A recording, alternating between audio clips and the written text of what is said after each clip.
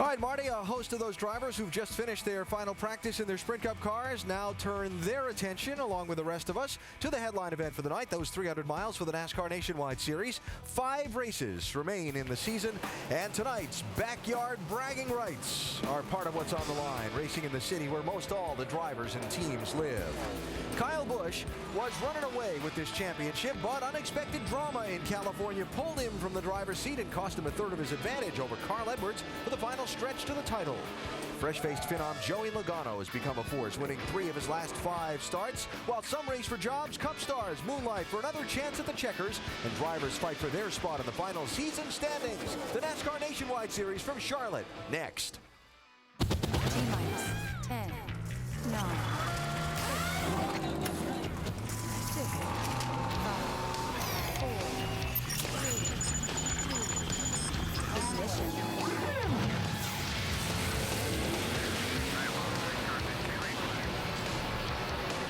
ESPN welcomes you to NASCAR Countdown. The lights are on for a fast Friday night as the NASCAR Nationwide Series runs 300 miles at the Lowe's Motor Speedway just outside of Charlotte, North Carolina.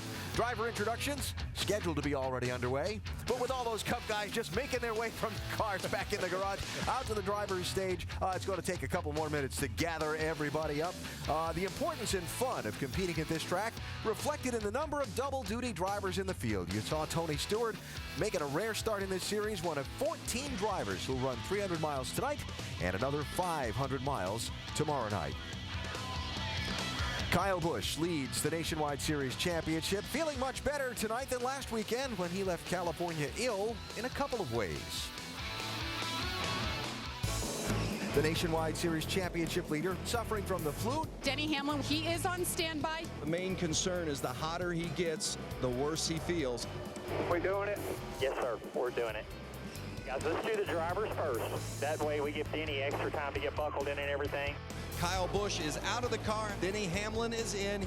Denny Hamlin will become our 9th different leader, this time by 10 laps to go. They're side by side. Look out! Oh! This is going to be big. This is going to let Carl Edwards take a big bite out of this point lead. The one thing that Kyle Busch did not want to see is just happen.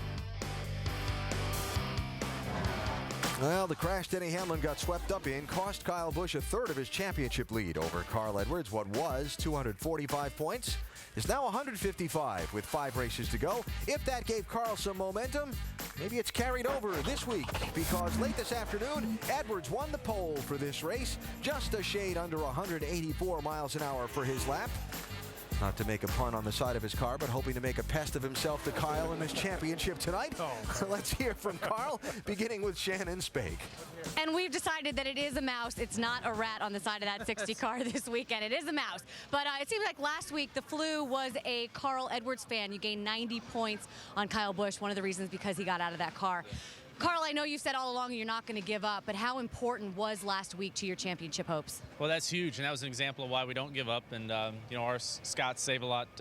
Team works hard, and, you know, it was a third-place finish. We didn't win the race, but we capitalized on the 18's misfortunes. And, you know, tonight the guys, you know, everyone from the guys that built that new car to the engine shop and Dan and everyone, I mean, we rallied and got us, you know, ourselves a great starting spot, and we just got to keep working this hard, take advantage of any opportunities we can.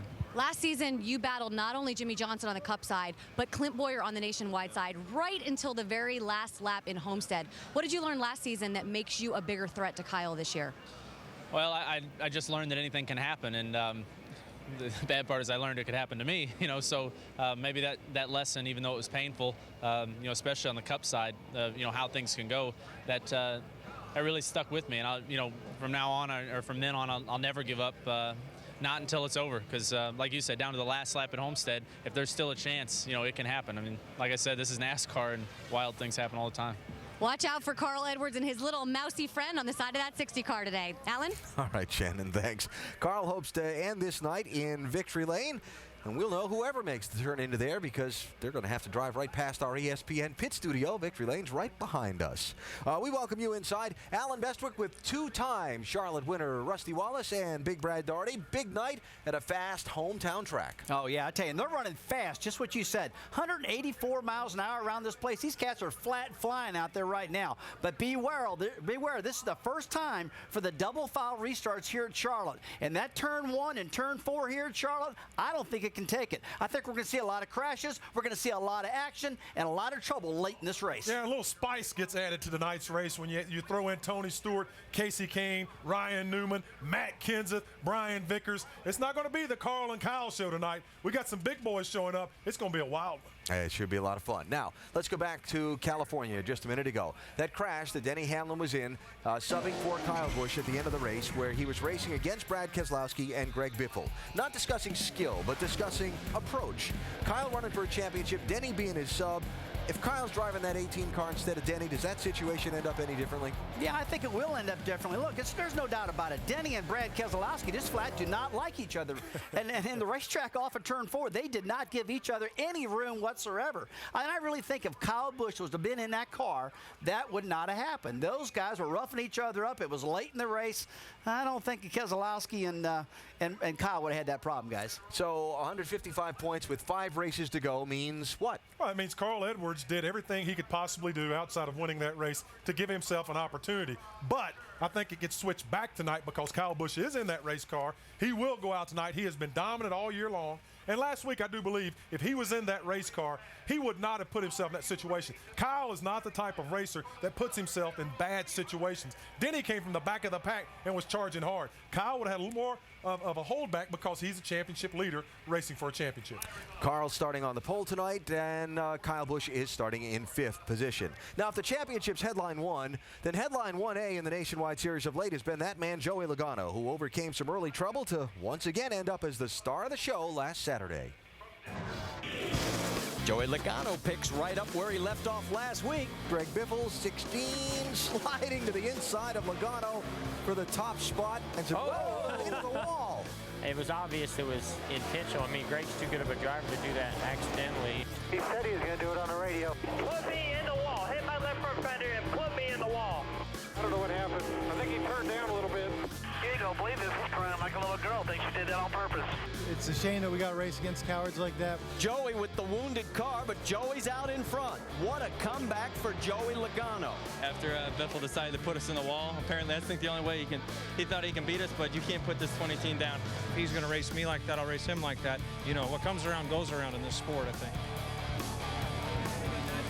And, of course, as we know, that was Greg Biffle's last nationwide race for the season. So, Joey, does last week change at all the way you race the Nationwide Series from here on out?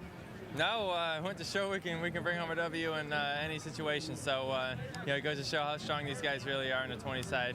And, I'm just looking forward to getting out there with my GameStop Toyota again. This is my race car that I love the most, and we'll have to see. I felt like in practice on the long run we were pretty good. New tires didn't feel like we were that good. So, you never know. Track's going to move around a lot. A lot of things are going to happen out there. So we're starting, I think we're, 10th, I think. So we'll plug along, get some track position, and see if we can stay up there. Now, our Rusty Wallace sometimes gets excited about stuff. And he was just saying the double file restarts, turn 1 and turn 4 might be really interesting as far as that goes. How are you going to handle them?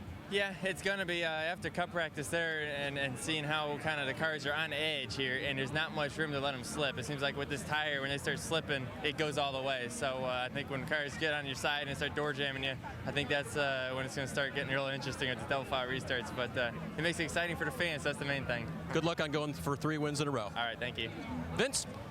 Of course, last week, points leader Kyle Busch, there was drama surrounding him because of his health. Had to get out of the car because he wasn't feeling well. A week later, how do you feel? Are you close to 100%? Yeah, close. Not yet. Still working on my cough and stuff like that. But all should be good for tonight. Looking forward to it and getting in that Z-Line Camry, trying to take it to victory lane and seeing if we can't win another one here at Charlotte. I love this place and one of my favorite tracks, so I don't see why we can't run up front for it. You made your debut here. You were just over 18 years of age. What do you remember about that night? I remember it was a day race, and I remember I was racing one of the best at that time, which was Kenseth, and I ran second to him, and wore the bottom of the oil pan off, that when I came down on pit road after the race and shut the motor off, it had a big puddle of oil underneath it, because with Brian Patty in those days, we'd love to drag the bottom off of everything. So we certainly achieved that, and it was fun. You know, I really enjoyed driving the cars, and of course going fast here, and having Brian as a teacher was pretty good. He finished second on that night. He's won here 4 times. Certainly a threat to do it again tonight, Alan. And Kyle Busch starting 5th in this one in that 18 car.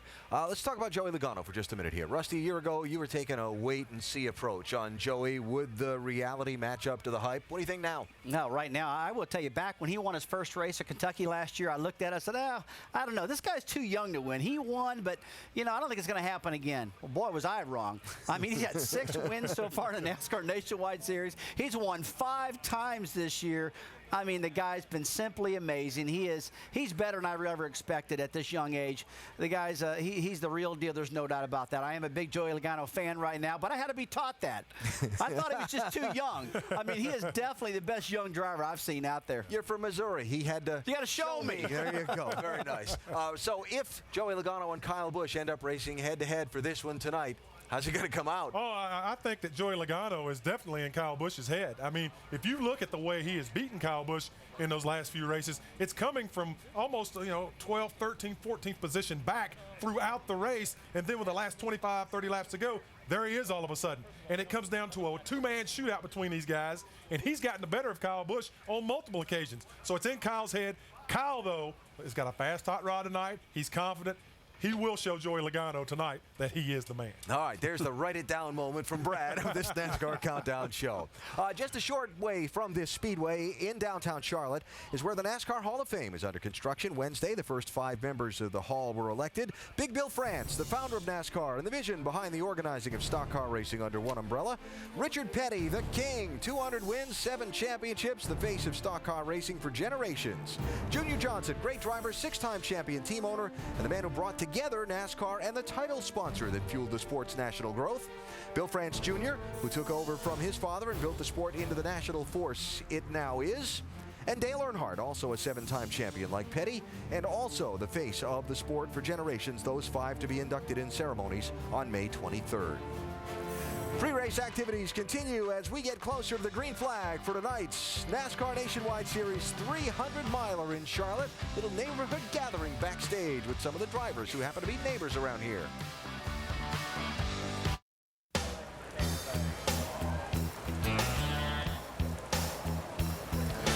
Pace car pulls away, and they head to the green flag. Look at the rocket from the back of the pack, Kyle Busch. Wow. Everybody wake up. Let's go racing. Tell you, boys, we got a race for the lead. Bliss got it. Caution's out. Precipitation on the racetrack. If that ain't bad luck, I don't know what is. This race has now been called complete. It is official. I just want to thank all the fans for sticking around. This is a long, long day, and these are true NASCAR fans. And Mike Bliss has done a great job. Since being let go from his team, you've raced for 5 different teams, yet maintained 8th in points. How does that affect the way you drive, knowing you don't have a permanent ride every week, Mike? I don't really think I run any harder than I did when I was driving for the 1 car.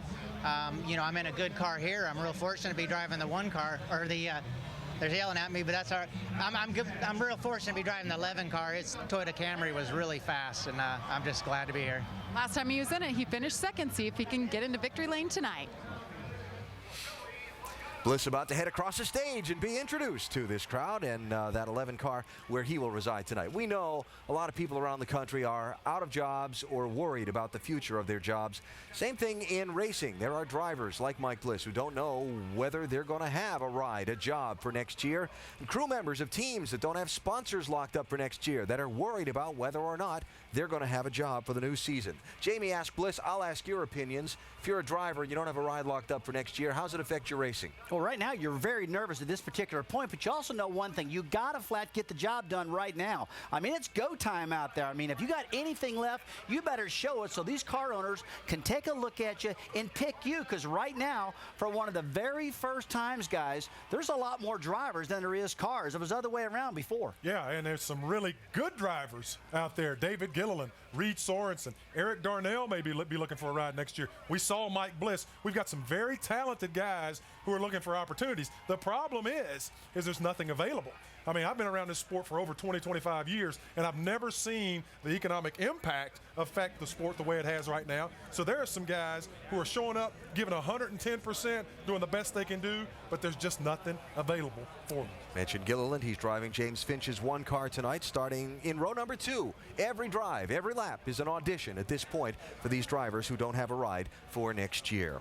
Now, a subplot within the championship standings we showed you earlier is the race for 5th between Justin Allgaier and Stephen Wallace. And these two lately have been like magnets on a racetrack. They seem to be near each other quite a bit, and it's no wonder. Check out the average finish line, 16.1 to 16.3. And they're separated by just 52 points in the standings. Vince, Stephen Wallace starts 34th tonight. That's right, and you know, it's interesting when you look back to the race here in May. Allgaier finished 14th and Stephen Wallace finished 17th, so maybe that was a preview of what we were going to have throughout the course of this season. As you said, Alan, these two always seem to be racing one another, and it's no surprise that they are racing one another when you consider how close they are to each other in points. They expect nothing less tonight to be side by side multiple times during the course of this race. Jamie? And 5th place in the points is definitely the spot to be. It's a coveted spot, and Justin Allgaier holds that right now. I asked Justin about that battle heating up, and he said tonight he will keep an eye on where Wallace is at all times of the night. He will drive more patiently, and he will drive more cautious. Dave? Kyle Busch did not finish the race in a wrecked race car last week, but there were other problems for the 18 car as well. On pit road during one pit stop, Jake Seminara, the rear tire changer, had an air gun that wouldn't fire. It was as if there was no air going to the gun, had to borrow the other guy's air gun to get the pit stop even finished. Tim Brewer has the setup in our Craftsman Tech Garage. Tim, what could have gone wrong? Tell you what, Dave, when you first start off, it's always nice to have a full bottle of nitrogen and the gauge set to the correct pressure. But the wrenches they use today, they actually take the wrenches apart and magnaflux the components inside of them. But what you want to have is a fresh pin. What that pin does, when you press it down, see the hole in the socket? It slides up. A new socket, you're not going to round off any lug nuts. The spring, it's going to actually shoot the lug nut out. But these guys work really hard on their equipment, just like they do their race cars. Shannon? Well, Tim, next season, Jason Keller's primary sponsor, Kimberly-Clark, will go cup racing, leaving the driver with the most nationwide series starts without a ride. I spoke with Jason this morning. He told me, sure, I'm scared because I have no idea what the next season holds. But listen, I've been in this situation before. All I can do is go out every single weekend and maximize every position on the racetrack and every opportunity that I have in the race. Alan? Shannon, thanks. That Baker Curb team that Jason Keller drives for headlines one of our J-Ski news and notes. The Nashville-based operation is partnering up, listen up here, Brad, with hockey's Nashville Predators, the two fastest sports in town. Oh, my goodness. In a partnership aimed at helping the sales and marketing efforts of both groups. Roush Fenway Racing announced Colin Brown's going to run the full nationwide series next year for the team. Sponsor Conway Freight and his entire Truck Series crew is going to make the move with him.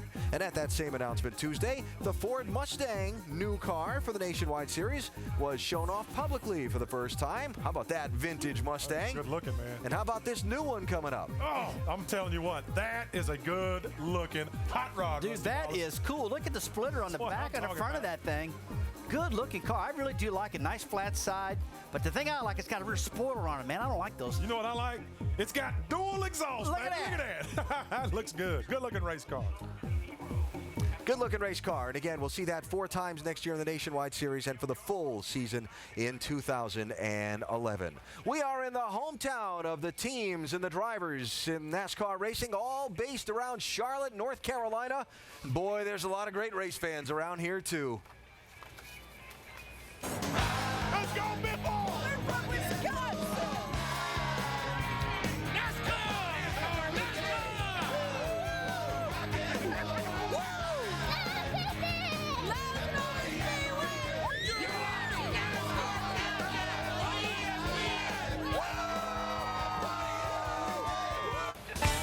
Aerial coverage provided by Goodyear. New Fuel Max tires help you get there on less gas. Calculate your savings at GoodyearTires.com. And tomorrow from this very same venue, it's race number 5 in the 10-race chase for the Sprint Cup. Let's see. Got Jimmy Johnson, Mark Martin on the front row. Tony Stewart not far behind them, starting in 5th. The points are close. And, of course, Jimmy Johnson with 5 wins at this racetrack. We'll see how it turns out. It's the NASCAR Banking 500, only from Bank of America, 7 Eastern tomorrow night on ABC. A couple of other guys to keep an eye on in tonight's Nationwide Series race. You better keep an eye on this cat. Matt Kenseth is great at this racetrack. He's had 18 starts. He's 3rd all-time in laps led at this racetrack with 2 wins. He's up starting 2nd. He will be a threat before the night is over. I tell you, and Tony Stewart, Tony won Daytona this year. He was 2nd at Texas, and last night in practice, he was really good. This could be his 3rd start. He's only run 3 times this year, Alan. He likes it pretty good, and when he does it, Buddy Flat has those good runs. So if my math is correct, and I know that's not necessarily my strong suit, but a 1st and a 2nd and 2 tries is a 1.5 average finish. That's pretty good average right there. You take that for your season numbers. Absolutely. Let's talk about what to watch for in tonight's race. We hinted on it a little bit earlier, but tricky turn 4 and trouble with double file. Let's start with turn 4. Oh, turn 4. They're always getting loose off of turn 4. You take a look at Joey Logano right here in the 20 car. Gets up high, just loses it, gets in the wall. And that turn 4 has been rough on him. Here's another car. See the 66 car just kind of gets up, hits a 31 car loose. Oh, he spins right there. Collects 3 or 4 cars. A big crash off of turn 4. Almost turned over. And we're going to see a lot of that tonight. Turn 1's going to be very difficult, and turn 4 also. Yeah, just don't see a lot of patience because everyone's amped up, so excited because they're at home. And in the last 6 of the last 7 races here, nationwide races, we've had a caution within the first 10 laps. So these guys are up on the wheel digging. It's going to be exciting. So you think we're going to have trouble early. I'll tell you we're going to have trouble late because we've had a caution inside the last 20 laps and a lot of straight races here. You're going to one-up my caution. Like 11 straight races. Oh, wow. Caution in the last 20 laps here. And as far as the double file restarts, touched on them earlier, they should be pretty wild. It's going to be real wild. This is the first time for the double file restarts like you guys have said here at Charlotte, and especially getting down to turn 1. If you're that car on the bottom, and if you're real tight to the car on the outside, you are going to get loose and spin and probably crash. And it will happen again in turn 4. So look for the first 2 laps of the double file restart to be very hairy out there. Yeah, we come from these great big wide racetracks like Kansas or like Fontana where you got plenty of room to dive off into turn 1.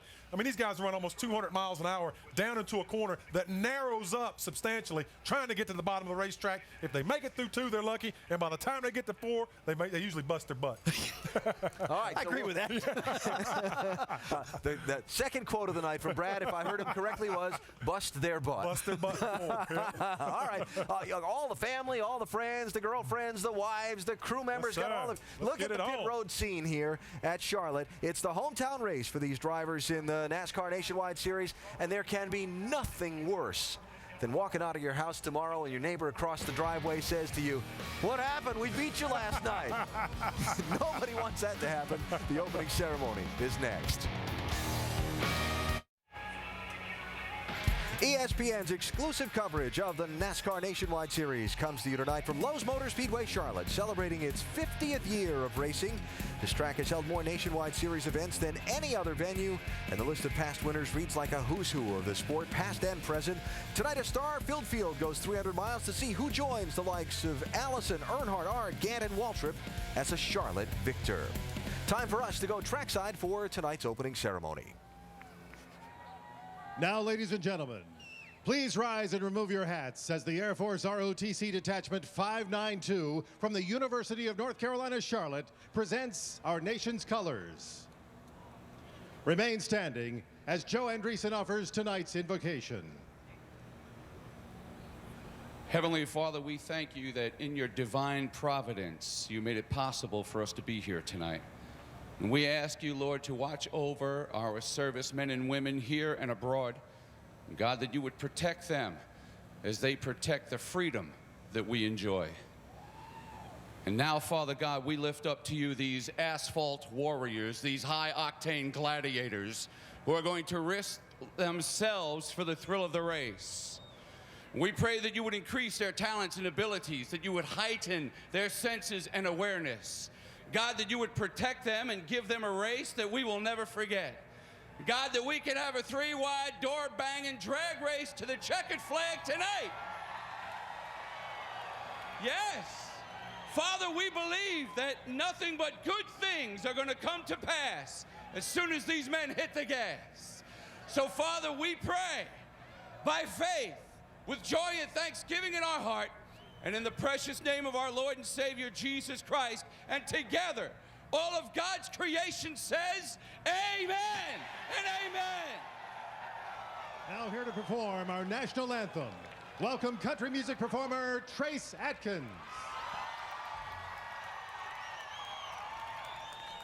Oh, say, can you see by the dawn's early light what so proudly we hailed at the twilight's last gleaming,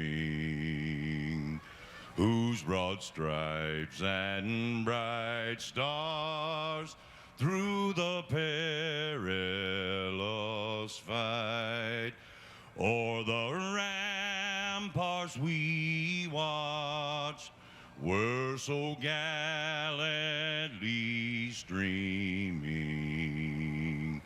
and the rocket's red glare, the bombs bursting in air, gave proof through the night that our flag was still there.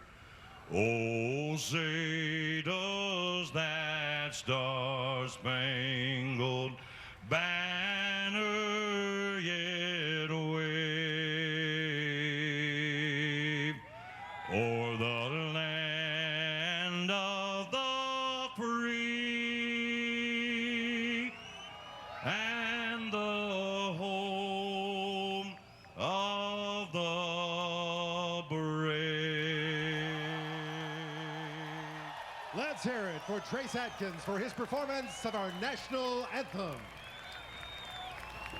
Very nice. So 14 double-duty drivers, a championship, those looking to make their name against the big stars, and those looking to secure their place for next season. Just a few of the elements in the mix for this 300 miles. While the drivers buckle in, let's get some reports from pit road. We start with Jamie Little. Jamie? Well, it's been 11 races since Kyle Busch has been to the Nationwide Series victory lane. He wants it bad, and what a place to do it. He's stellar here. He's won 4 times. Last night, he said his car was so fast and so good, he got out of the car 40 minutes early. Dave? The 60 team of Carl Edwards, you heard him matter-of-factly say, we now know anything can happen. If you talk to the 60 team, they're like, bring it on. We're fast and getting faster. We can catch Kyle, especially if he keeps coming back to us. Vince? Brad Keselowski is 227 points out of the championship lead, and he is definitely a long shot for the championship. But there is no question this team is performing at a championship level. 8 straight top 5 finishes for Keselowski. They've outrun Kyle Busch in 6 of the last 10 races. Knowing the title is likely out of reach, crew chief Tony Eury Sr. says this team's championship will come in the form of race wins. If Keselowski's to win tonight, he'll have to come from deep. He starts 29th. Shannon? Well, Vince, there are several drivers in the field tonight who don't care about points at all. All they're going for is a win. Matt Kenseth, Casey Kane, and of course, 2-time Cup champion Tony Stewart. Stewart started the Nationwide Series season with a win at Daytona in a Hendrick Motorsports car. Tonight, he makes his first and only start in the number 5 Junior Motorsports car. The team said today that they definitely feel like they have a top 5 car, and when you're in the top 5, you can get a win. Alan? All right, Shannon, thanks. Those just some of the stories we follow as we find out the answer to the biggest question of the day. Who's going to win? The engines fire and the green flag waves in Charlotte. Next. NASCAR Nationwide Series at Charlotte is brought to you by Nationwide Insurance, official auto insurance partner of NASCAR.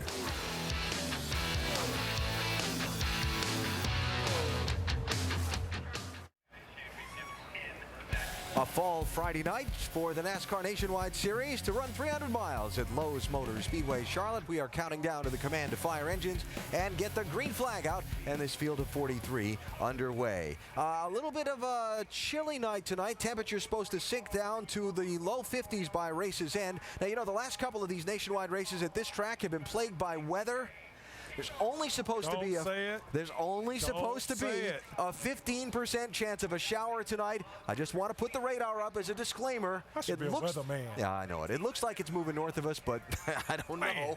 I just don't know. I'll tell you what. We'll keep an eye on that as we unfold. All right, so you're buckled in, Rusty, and you're all ready to go. A quick thought. What's up? The first thing I'm thinking about is getting down into turn 1. It's cold out there right now. There's going to be low grip with these tires. These tires are going to be cold. And I'm a little bit worried about it. I really am. I got to get through turn 1 as a driver and get off of that tough turn 4. That's all I'm thinking about right now. So drivers buckled up, getting ready to go. The crews are getting up on the box and getting ready to do their thing. For me, the names like Jeff Burton, Tony Stewart, Brian Vickers, we've got some real heavyweights in this race. It's going to be interesting to watch Kyle and Matt Kenseth try to stay up front and come to the front. Got some big-time guys in tonight. On the front row, Carl Edwards and Matt Kenseth, Justin Allgaier and David Gilliland in row number 2, and crafty Kyle Busch starts in 5th position. Time to get some heat in this place by firing up those racing engines. Let's go trackside for the command. Now, race fans, it's time for the most famous words in motorsports. Here to give the command of fire engines, please welcome Co-Grand Marshals Kathleen Guillen, Susan Lanigan, and Sarah Fisher. Drivers, start your engine! Crank them up, gang. Crank it up. Hell yeah. Top to bottom. Crank it. Start them up. Digging, baby. 1, 2, gotcha. Good. We're good, buddy. Dad, did you get that package? I hadn't even looked how far we were away from the...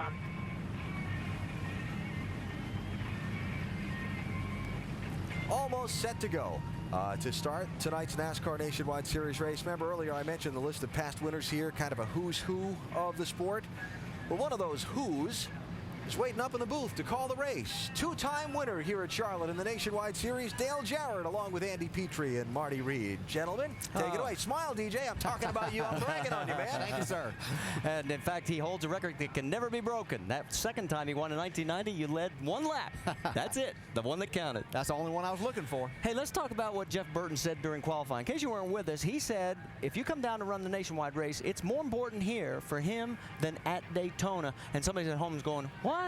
Why is that? This is a big race for all these drivers. We've got 5 chase drivers, 14 double-duty drivers that are running this race. And the reason, it's a big race. I mean, it really is. Even before this was a series, the Nationwide Series, this was a race, a late model sportsman race that everybody looked forward to. And there's a lot of tradition that goes with this. And everybody wants to win this race. They want to hang this trophy on their mantle. Yeah, you might not have been born in this area, or you might not have grown up in this area, but you probably live somewhere around here now if you're a race driver and you're in this race tonight. It is a big race. These drivers, these veteran drivers, they know what it's like to race here and to win here. A lot of them know that. The ones that don't have that much experience and are trying to prove themselves to move to that next level, they know this is a driver's track. Their owners are out there watching. The guys that can perform here can get it done on Sundays too. It'll give them a good shot in the arm if they want to get one of those rides. And we talked about the fact about a couple of races ago that if Kyle Busch has 2 hiccups, he's already had 1, we have ourselves a point championship. Yeah, you know, he lost a lot of his lead last week, and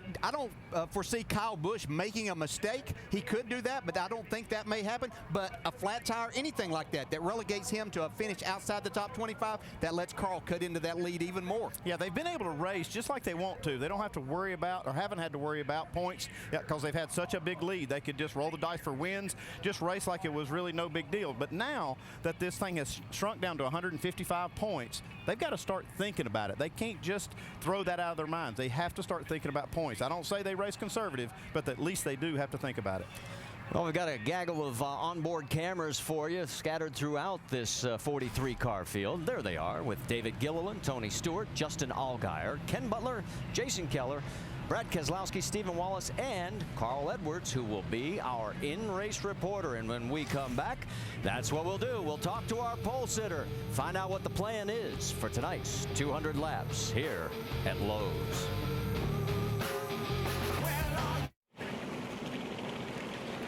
Pace laps continue here at Lowe's, and the 31st stop on the 2009 Nationwide Tour. And there is Carl Edwards. 17th time in his career he has sat on the pole. He's our in-race reporter tonight. Let's talk to him, DJ. Hey, Carl, Dale Jarrett, the ESPN. You have a copy? I got you, Dale.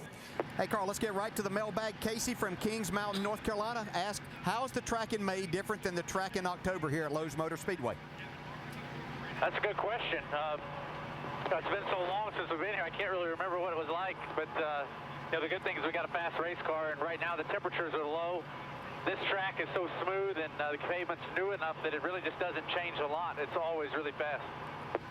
Hey, Carl, my question to you is, has the competition, and in particular the 18 and 20, made you look at and change your setups to try to get some more speed out of your Ford? It's a good question. All the guys at the shop have been working really hard.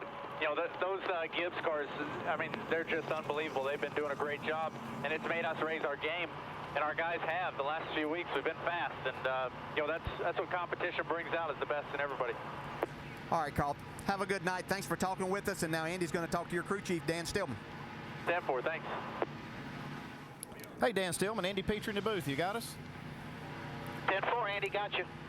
Hey, Dan, we see sometimes late in the race it comes down to a decision to take 2 or 4 tires or something like that to get the win. What do you use as your criteria to make that late race decision to pull the trigger on 2 tires? Yeah, there's a lot of things that go into that decision. You know, you got to look how many laps are on your tires, how many laps you have left, how much fuel you need, all that stuff, what the other guys are going to do. So you got to take all that into consideration. I don't think you can really make a plan before the race starts. Okay, Dan, well, we appreciate it. Hope it works out for you, and good luck tonight. And as the pace laps continue, let's show you our over-the-wall reporter, because he did such a good job for us last week. John Reese, if you weren't with us, you missed it. He's the jack man on the 27 of Jason Keller. He's also the car chief. And to say he was spirited? He's going to bring it tonight. There we go. All right, good luck, guys. Okay, let's get to our quick set smart keys of the race, because these are important. Yeah, pit stops and track position are always so critical, and the competition on the track is so close that a lot of times these winning passes are made on pit road, and you really need to get that clean air, and that's why those pit stops are so important. The track is so fast. Yeah, I love how we put our third one there, survive the double file restarts. We haven't done this here at Charlotte. We're going to see our first opportunity. I think it could be pretty exciting. Rusty talked about that in the countdown show. Turn 1 could get very tight down there. We'll have to see how these guys negotiate that, and are they going to choose that inside or outside lane. Carl Edwards taking the inside on the start of this race. And we've got just enough time to show you the race analysis, because we'll be going 200 laps tonight for 300 miles. Don't speed. Over 45, you get busted. The pit window, 55 to 60 laps, and fuel could be an issue. And, of course, the banking here in the corners, 24 degrees. The top 5 in the starting grid were faster than, well, Edwards' pole winning time in May back here. So we've got a fast field, and pace cars pulled off. The 31st stop on the 2009 NASCAR Nationwide Tour is green.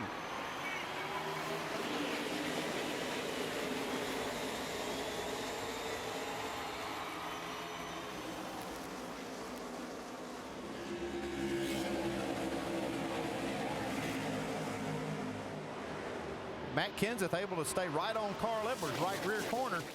Gets this big run down the backstretch. Everybody survived turn 2. Can we survive turn 4?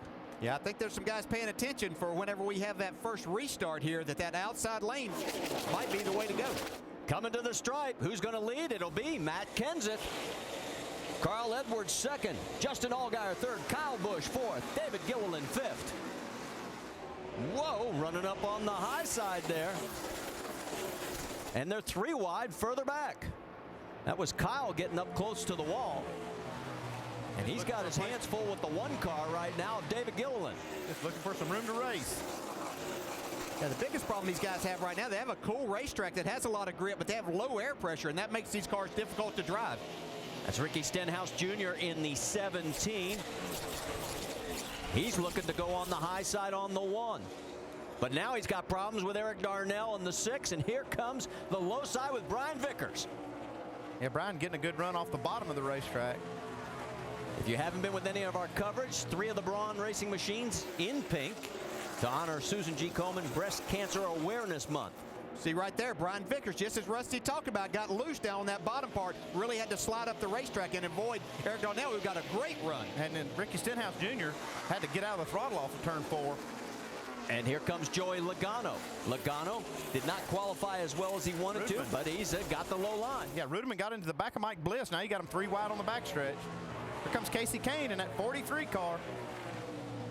And with these cars here tonight, it's about momentum. You'll hear us talk about that all night because of these tapered spacers. They have to keep things going. That's why the bottom might not always work for these guys.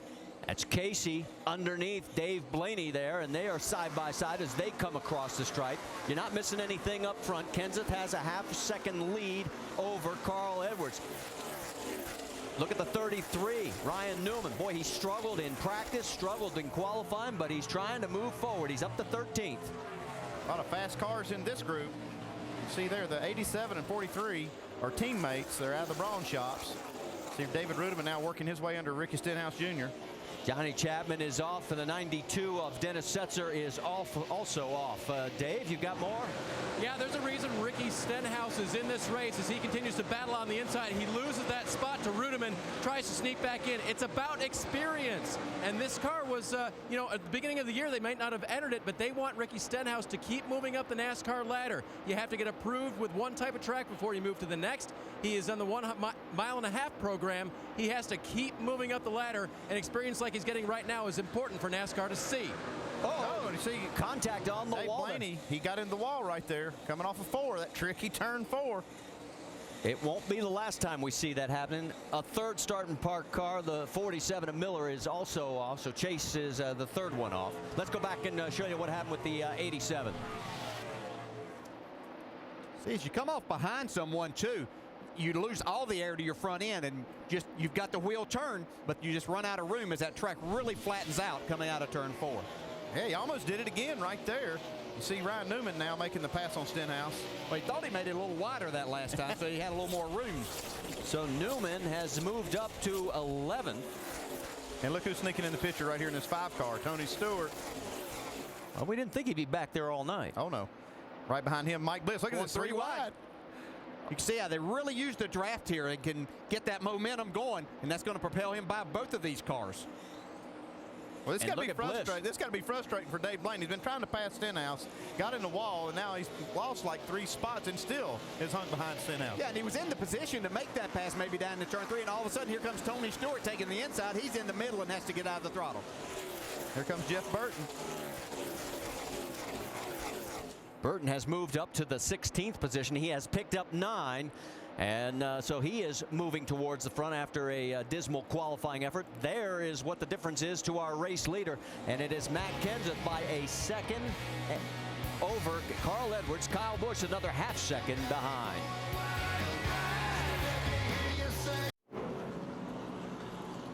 Back here on lap 14 at the Lowe's, we have our first caution. That is Ricky Stenhouse Jr. The window net is down. And a 3-car deal coming out of 4 involving that car right there, Reed Sorensen. Let's take you back because Reed got loose coming out of 4, and that's where it all started. Yeah, things kind of stack up. You see he makes the pass right here, but he gets really loose. Stenhouse gets up under him, has to get out of the throttle, and then Jason Keller gets into the back of the 17 car. Hard hit. Right there, yes. Very hard hit for Stenhouse against that outside wall. So good to see that safer barrier on this entire length of the front straightaway. Let's go on board. Jason Keller's view. You can hear him get out of the throttle, but just not soon enough. Things happen. Just kind of that according of effect that we have. From high above. You can see just how it stacks up right there. Really nothing Jason Keller could do either. I mean, he reacted as quick as he possibly could. Still a hard lick for Stenhouse. It does not take long. Best news is we can tell you that Ricky Stenhouse is okay. Yeah, now, we're coming down pit road because they're trying to get all the cleanup here on the front straightaway. Pit road is closed, so no one will be able to do any changes to their car. Can give you an update also. We now have 4 cars that have started and parked. Mark Green, Chapman, Setzer, Miller, those are the 4. See, they just want to give this safety crew a lot of room to work. Not have to worry about all the cars coming by. See right there, just knocked the front and rear off of this 17 car. And our Aaron's lucky dog will be Matt Carter when we go back. He was the only car 1 lap down in 39th position here at the Dollar General 300. Yeah, he'd come in under the green flag. Looked like they changed the right side tires, like he might have had a flat tire. That's how he got behind. 62 is in. Brendan gone. Now, this is a brand new Kevin Harvick chassis. We talked about it yesterday. Yeah, we said the pits are closed, and they are, but these cars are making these pit stops anyway.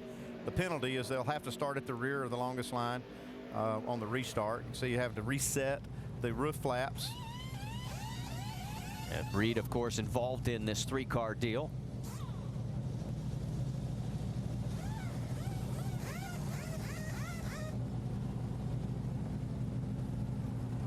They can take their time because the pace car is just coming around 4, and pit road is still closed, and they are still working on the cleanup. Looks like, are they going to come down pit road again? Yes. So they'll do the same routine, and hopefully we'll be getting back to green flag racing here shortly.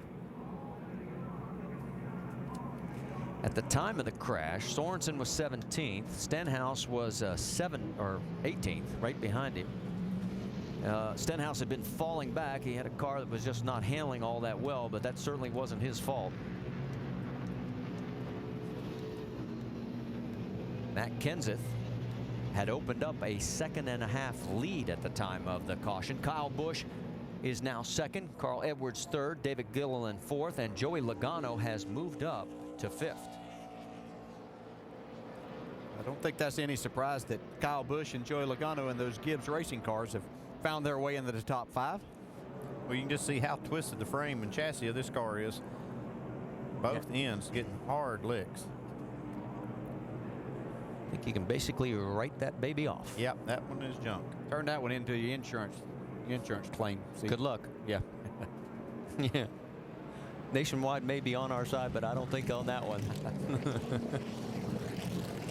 All right, we're going to take a quick break here because obviously this cleanup's going to take a little bit of more time and give us a chance to catch our breath. What was really exciting until we saw this.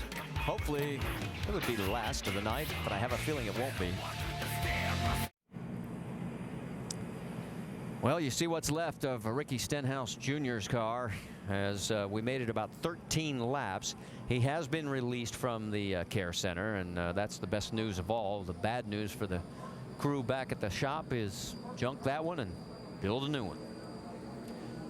Jamie, let's check in pit road. What's going on? Well, he just walked out of the medical center. Are you okay? Oh, I'm fine. It's just, you know, it's a bad deal. Car wasn't that great. The Save-A-Lot Ford Fusion just was really tight. We were just kind of riding around, biding our time. The 10 car got by us there and looked like he got loose, maybe got up into the wall, and I checked up, and the 27 got us from behind. Just nowhere for him to go and nowhere for me to go either, and we just got caught up in it. Glad to see you're all right. That car definitely smashed up. Next week he will be practicing qualifying for Matt Kenseth, guys, but that is it for the rest of the year. All right, thanks for the update, and glad that Ricky is A-OK. Word is pit road will be open, but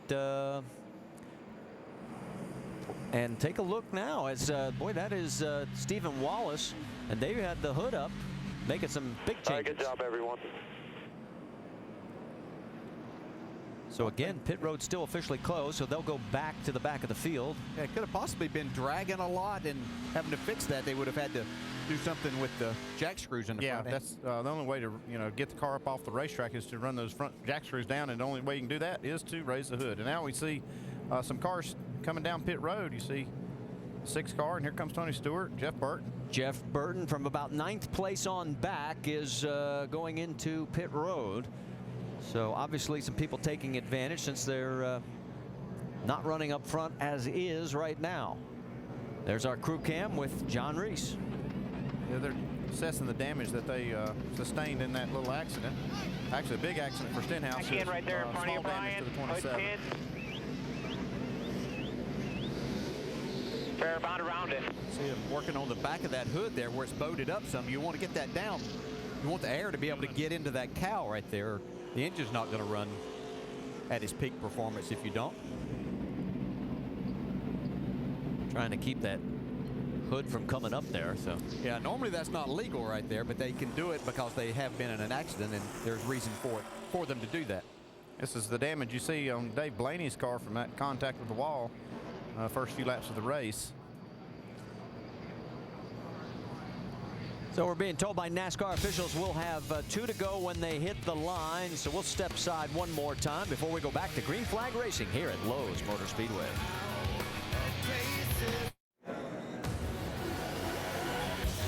Let's talk about what's coming up on the motorsports calendar, because we'll have Sprint Cup Series action here at Charlotte, the Banking 500, 7 Eastern tomorrow on ABC. Then NASCAR now at 10 a.m. tomorrow morning and 12:45 late Saturday night, both on ESPN2. And our next stop for the NASCAR Nationwide Series, the final standalone race of the year at Memphis, 3 Eastern next Saturday, also on ESPN2. Well, we'll be going back to green flag racing when we get back to the line this next time around. They're on the backstretch right now. It'll be Matt Kenseth. It looks like he's taken the outside. Kyle Busch along the inside of row 1. Then it's Carl Edwards, David Gilliland, Joey Logano, and Justin Allgaier. That is your top 6. Matt saw that outside worked for him on the initial start of the race when Carl Edwards had the inside. So we'll see how he fares racing Kyle Busch here on this restart. Big opportunity for Justin Allgaier. You see him there in that 6th starting position. Remember, he is in that very tight battle for the 5th and final podium spot at the end of the season banquet. You're asking where's Stephen Wallace? Well, he's right now listed back in 22nd position. Coming down for the green flag. Boy, a great start for the 16, and we're racing again here in Charlotte.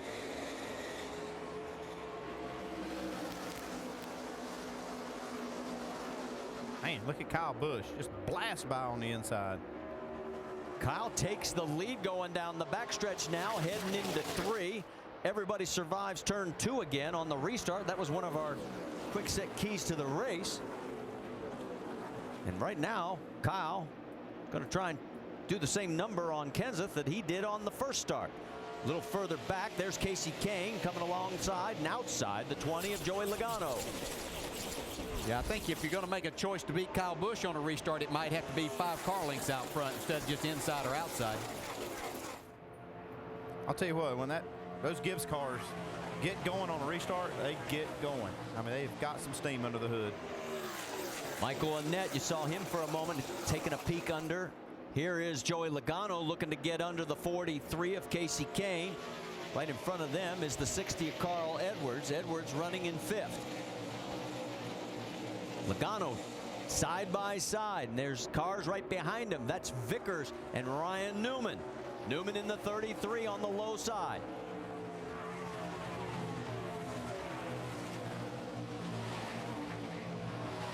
Three wide, that's Michael Annett in the middle, Tony Stewart and Eric Darnell in the 6. Darnell picks up the spot for now. Tony says, hey, nudge over a little, I'm coming through. Yeah, he kind of boxed him in behind a little slower car there, so he's able to take that spot away. Not his first time to the rodeo. Yeah, that's Danny O'Quinn. They're passing 3 wide now. Dave, you got an update? Eric Darnell had a tight race car, wanted to pit for 2 tires. Tony Stewart had a more interesting situation.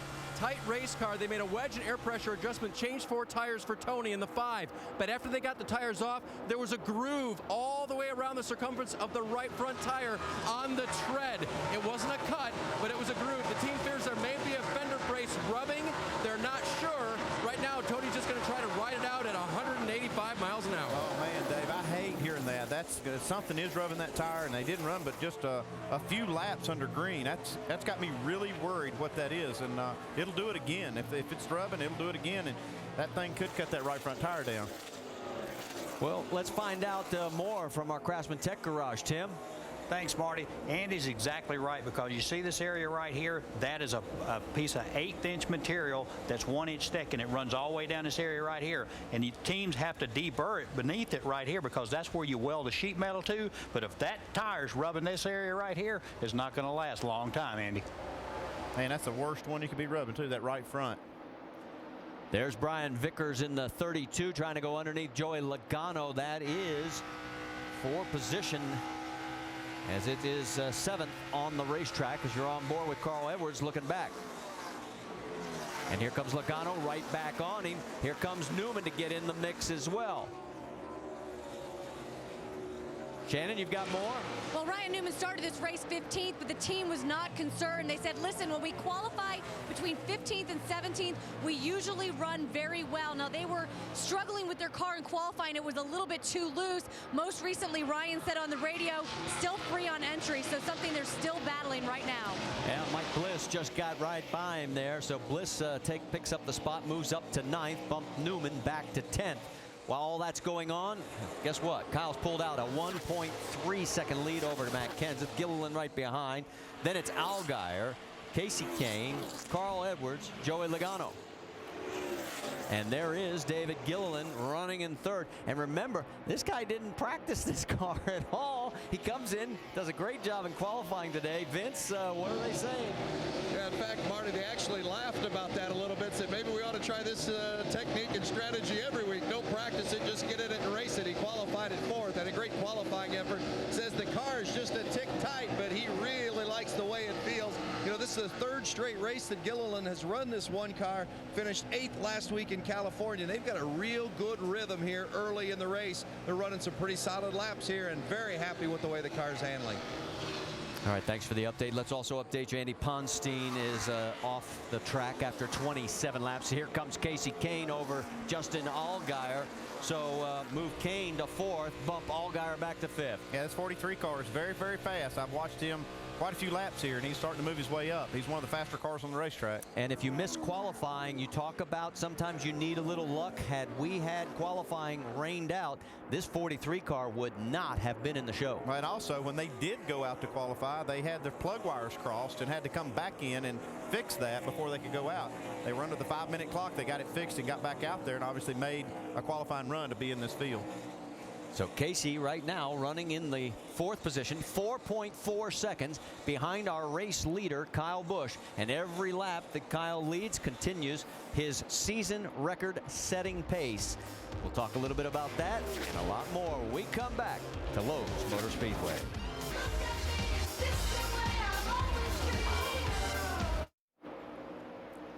Aerial coverage provided by Goodyear. New Fuel Max tires help you get there on less gas. Calculate your savings at GoodyearTires.com.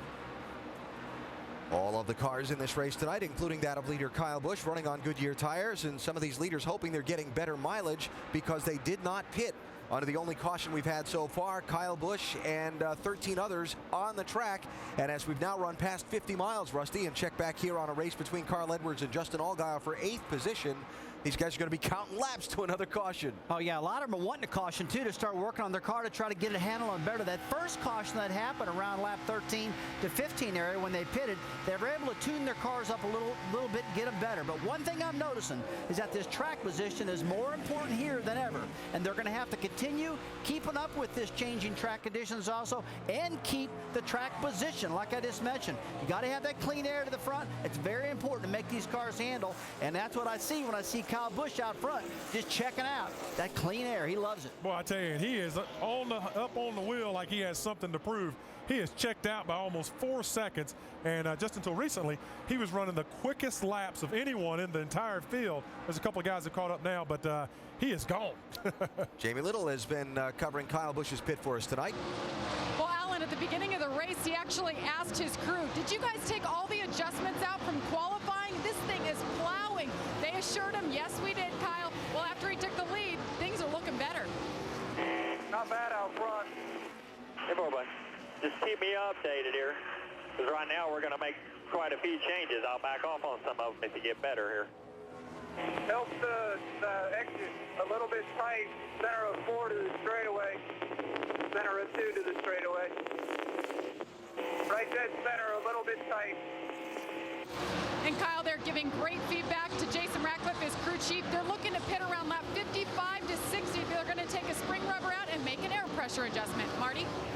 All right, thanks for the update, Jamie. Kyle Busch, we told you he is continuing to add on to his new record for leading the most laps. He's now well over 2,300 laps led this year in the NASCAR Nationwide Series. All I know is the rest of these guys better hope that he doesn't get that thing right, or they'll be looking in their rearview mirror to see him the next time. You know why they want to keep adjusting on this car, though? Because every time they look in their rearview mirror at the end of these races, they got that Joey Logano right there.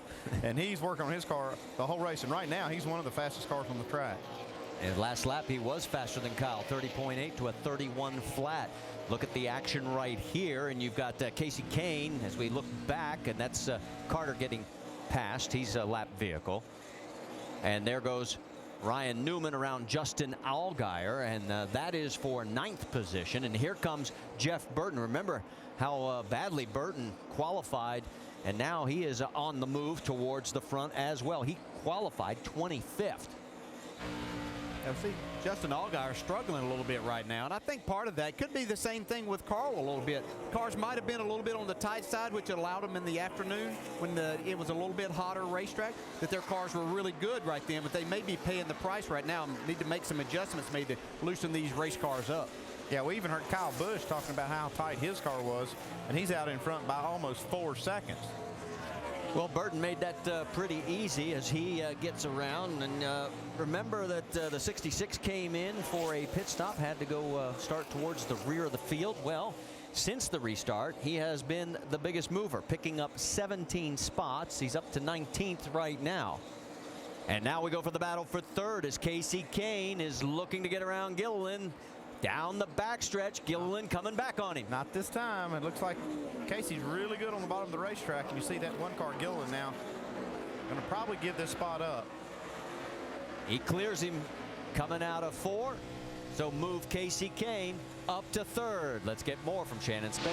How cool does that 43 car look on the track right now? Casey Kane adds his name to the list of drivers who have been privileged enough to drive the 43 car, the winningest car number in NASCAR history. They know how important this race is. Speaking with its crew chief today, they said, listen, Richard Petty nominated to the Hall of Fame, Casey Kane in the car, and of course it's the 43 here in the Nationwide Series.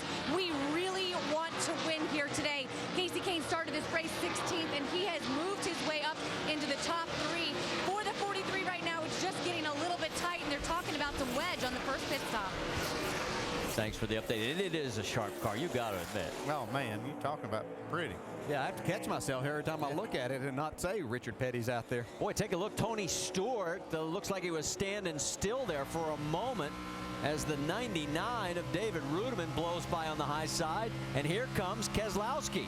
So is there something wrong with the 5 car? I know he's probably still a little bit concerned about that right front tire rub. That bumps him back to 15th. And now it's side by side, Rudiman and Keselowski. Whoa, getting awfully close to touching. Yeah, Tony is still having a problem there. He'll do more than just, obviously it's a serious problem if it's still rubbing the tire, but it literally, as you get down and everything compressed down the center of the corner, it'll almost jerk the steering wheel out of your hand sometimes. So I'm sure that the car is just not handling quite as good as what he would like for it right now. Well, Keselowski started 29th. He has fought his way up to 13th. Vince, you've got more?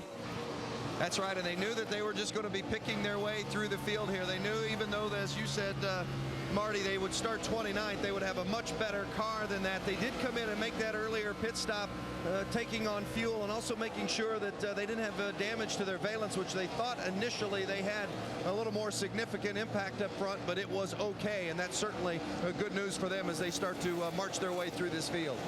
Well, he has pulled away from David Rudiman now. He's 15 seconds behind the race lead in 13th position. Of course, Kyle is checked out as there he is putting Jeremy Clements down. Clements 27th position, had his best run ever last week. He came home 12th for the car and himself. Want a chance to win $10,000? It's the Pick 12 Challenge. Correctly order how all 12 Chase Championship drivers will finish relative to one another in this week's race. Submit your answer. Just go to ESPN.com/Pick12. Closest entry could win $10,000. Winner will be announced the following week in the first 30 laps. So make sure you tune in. All right. During the commercial break, boy, the one car of David Gilliland gave everybody a bit of a fright. All of a sudden, it just looked like he had an anchor. Yeah, it looked like he just stopped right here coming off the corner. Man, Brian Vickers just does a great job not to crash, both of them. Let's listen to the onboard and see if we can pick anything up. 32 getting run on the high side, one behind you. Keep digging now, coming hard. Outside. Vince, you've got more? Well, this car started out really good in the early part of the run, but it is really super tight now. And of course, when you can't turn it in the middle, that means you're not going to get off the corner. And that's exactly what happened. He was not able to get off that corner, and the 32 about ran over him. And our race leader has pulled into pit lane. Jamie, it's all yours. And right before he came in, Kyle Busch said he felt like the sway bar was broken or something was dragging. So the team taking a look at that. They're taking the left rear spring rubber out, air pressure adjustment, 4 tires, Sunoco fuel. You see the front and rear tire changers have a light strip to help them see in these dark conditions, Dave. His teammate Joey Logano was running in fourth. The car kept getting tighter, tighter. In fact, Joey said, let's make a bigger adjustment than we even talked about. Looked like it's going to be air pressure. Don't know if I saw a chassis adjustment there on the right side or not, but he wants a big swing at it at this point in the race because he felt like the car was getting more and more difficult to turn. Shannon. Ryan Newman in the 33 car says the car is tight all the way through the turns. It is an air pressure adjustment and 4 tires for Newman. And Casey Kane in that 43 car, they're also struggling with the handling. He says the car is tight. They're going to make a wedge adjustment for Casey Kane in those awesome looking colors. Looks so good down here on pit road. 4 tires for Kane. And there is Mike Bliss, the winner here back in May, as he also comes in for his pit stop. See him pulling off the windshield tear-offs. Jamie? And Brian Vickers said he was tight, center, 4 tires, fuel, air pressure adjustment. He said it's getting a little bit better. You see the pink car there for Brian Vickers.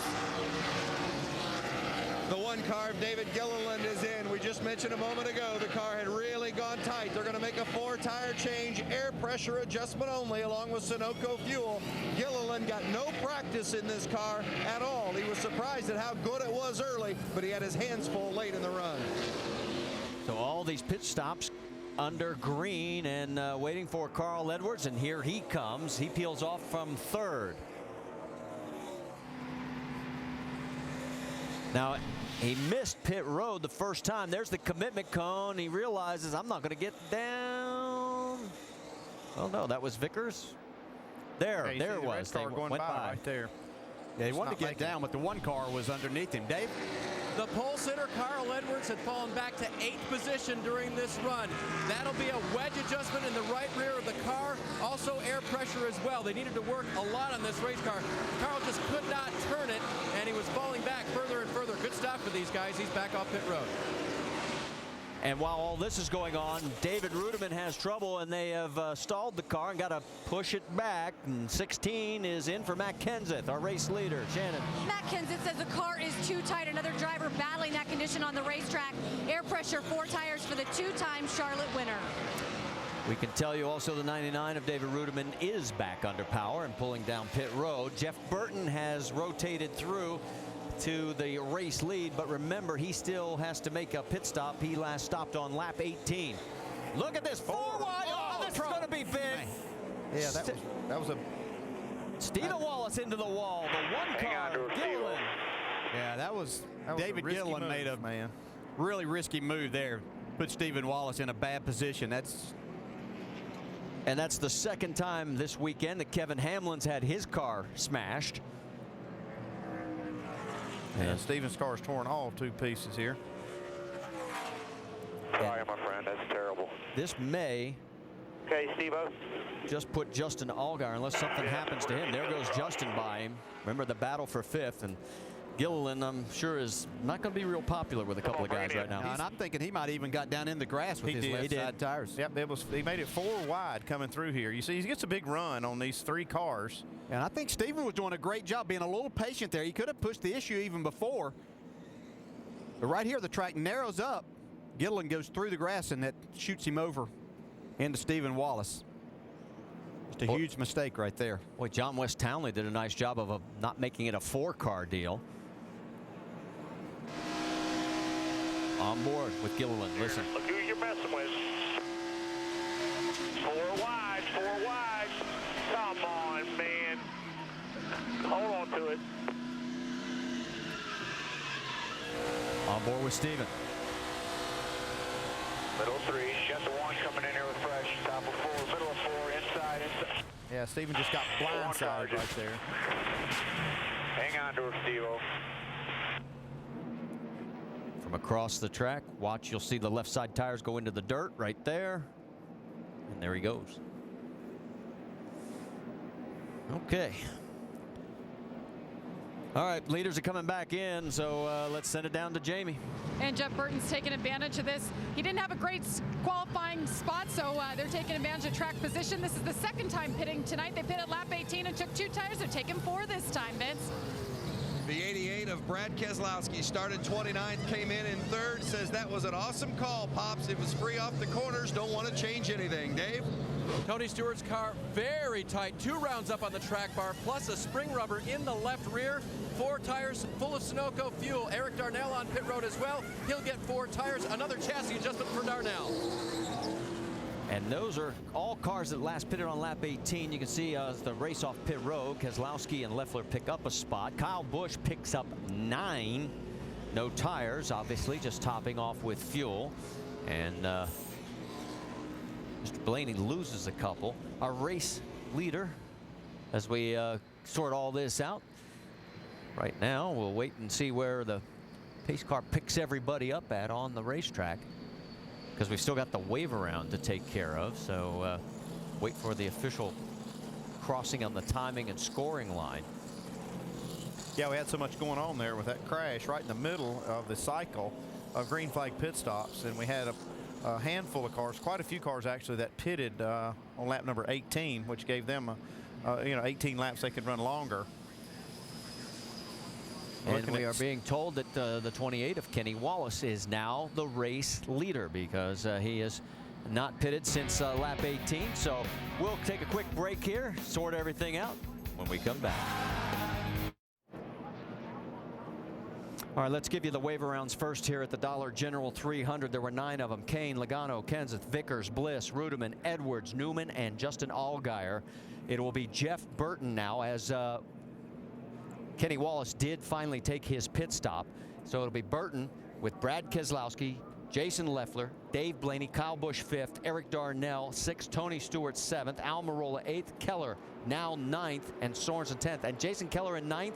He has now moved into 6th place in that points championship chase, as we're back to green flag racing. That was a huge break for all of those wave around guys, but in particular David Rudiman, who had that problem getting his car restarted after that green flag pit stop. Jeff Burton takes advantage on the restart. 3 wide, further back. Looks like everybody's going to settle down at least for turn 3. One car drifts up there. No harm, no foul. Look at Dave Blaney and the 87. He's digging now. He had a little bit of contact early in the race off turn 4. There's Kyle Busch. He gets underneath the 38 of Jason Leffler. A lot of sparks. Oh, no, contact. The 38 gets into Darnell. Leffler loses it, and here comes everybody else. Look out. It's not over. There's Kenseth involved. Logano gets involved for the second week in a row, but this damage is much worse than last week's, where he nudged the wall. This time he spanks it. Yeah, you see Darnell getting out of the car. A little bit of fire underneath the 6. Don't know exactly what happened. Looked like the 38 got loose down there. I think exactly what Rusty Wallace was talking about on these restarts in the countdown show. You go down in there on the inside, you don't have the air on the spoiler, you're driving hard, the car bottoms out a little bit, shoots you up the racetrack, then you collect whoever's on the outside of you. And there is torn up. Boy, yeah. Matt led this race early. Led a total of 24 laps. He's one of 6 leaders that we've had. There's what's left of Jason Leffler's pink Great Clips Toyota. That 6 car is destroyed. There's Darnell. Yeah, Eric, his future in doubt. Roush has said they're trying to find the funding to keep him in that car for next year, but keep him on the team. But so far, nothing, and that's the damage to Joey Logano, and as we said, much more severe than last week's. 3 in a row may have just gone away. See right there, Dave Blaney and the 87 passing these cars on the outside, and right behind them, looks like that 38 just got on the apron, got loose. You can see him correcting it. Right up into Eric Darnell. He didn't have a great angle. He kind of came down. Tony Stewart gave Jason Leffler a little bit of a break and let him in right there, but then his car bottomed out, as you said, Andy, and shot him up the racetrack. Now let's go back to where all this second group of cars came in. You see, oh man, they get jacked gets up. into Ken Butler and then into Kenseth. Then they come piling into Darnell. The old accordion. Well, they see the trouble ahead and they're trying to get Lowe down, and they start getting sideways and start getting into each other. You see right here, Casey Kane look at this, does a great job to miss all this. Remember how John West Townley got by the last incident? He didn't make it through this one. Look at Allgaier. He got slowed down just enough to get through here. While all this was happening, remember from the previous crash, this is Stephen Wallace and his frustration. I think that helmet's going to have to go away. Shannon? Yeah, obviously not happy with the way things have ended tonight. Stephen, this is the second wreck now that we've seen in a matter of a few minutes. What are the conditions like out there right now? Conditions are fine. You just got to have guys that have respect for each other, not just wreck guys, you know. So our 5-hour Energy Chevrolet was really good. I apologize for what I did by throwing my helmet. I was really stupid and childish. I was just really frustrated. You know, when it rains, it pours, and it's really pouring right now for me. You know, we got wrecked the past 3 weeks in a row. It's just probably the most frustrated I've ever been in my life. You know, I'm having a good season. It's just bad luck's going down. So we'll try and get this thing fixed and go back out there and, you know, make some laps. This is a very important race. We talked about how big this race is. Do you think it's guys out there just racing because it's so important, or are they just getting out there being a little too aggressive too soon? Well, I mean, I think a race is a race, and when you go through the grass and you completely left rear somebody at 200 miles an hour, that's kind of your fault. So I don't really know what to say. I believe I just got crashed. So we'll go back to Memphis. I run good there, and hopefully, have a good run. The only thing I can hope is that the 12 has some problems, because we're getting killed on points here. So we've had 3 bad weeks in a row. Our cars have been running fast. And we're like 5-hour and everybody. And it's just we're trying, man. We're trying. You know, we just got to dig a little harder here. And he's, of course, talking about the points battle with Justin Allgaier for 5th position. The guys are busy in the garage trying to get that 66 fixed up and back out on the track to save some points. Well, here's why. Right now, he is 100 points behind Justin Allgaier, and Jason Keller has moved ahead of him into 6th. He's now 7th. Here's what happened in that crash. Yeah, this is obviously David Gilliland's fault. He drives in here 4 wide across the grass, comes over 2 lanes and gets into the left rear of Stephen Wallace. I see why he's so frustrated. And then this is what just happened for our 3rd caution. See, once again, down in turn 1 area, Jason Leftward's car bottoms out. He gets loose up into Eric Darnell, and then some other cars don't get slowed down. A lot of contact after that. It's torn up race cars. The 6 car got hit at least 3, if not 4 times during all of this. Another view. Yeah, kind of just minding his own business right there in the high side. All clear. Clear by 2 out the back. Got a spin here. All clear. And from Ken Butler's view. Yeah, you'll see Casey Kane just sneak by on the outside of Eric McClure. Spin in front of you, back at that. Now everybody starts crashing. Yeah, Ken Butler got hit by the 20 car right there as he slowed down to avoid it. And from the view of Carl Edwards. In front of you, got to slow it down. They're stacking up hard. Slow it down, stay low. Get to the apron, get to the apron. Still the apron. Yellow's out, yellow's out. Good job. That's a spotter who just helped save your car. He knew exactly where to tell Carl to go. I'll give you the list of everybody who is now off or out of this race when we come back. It's long.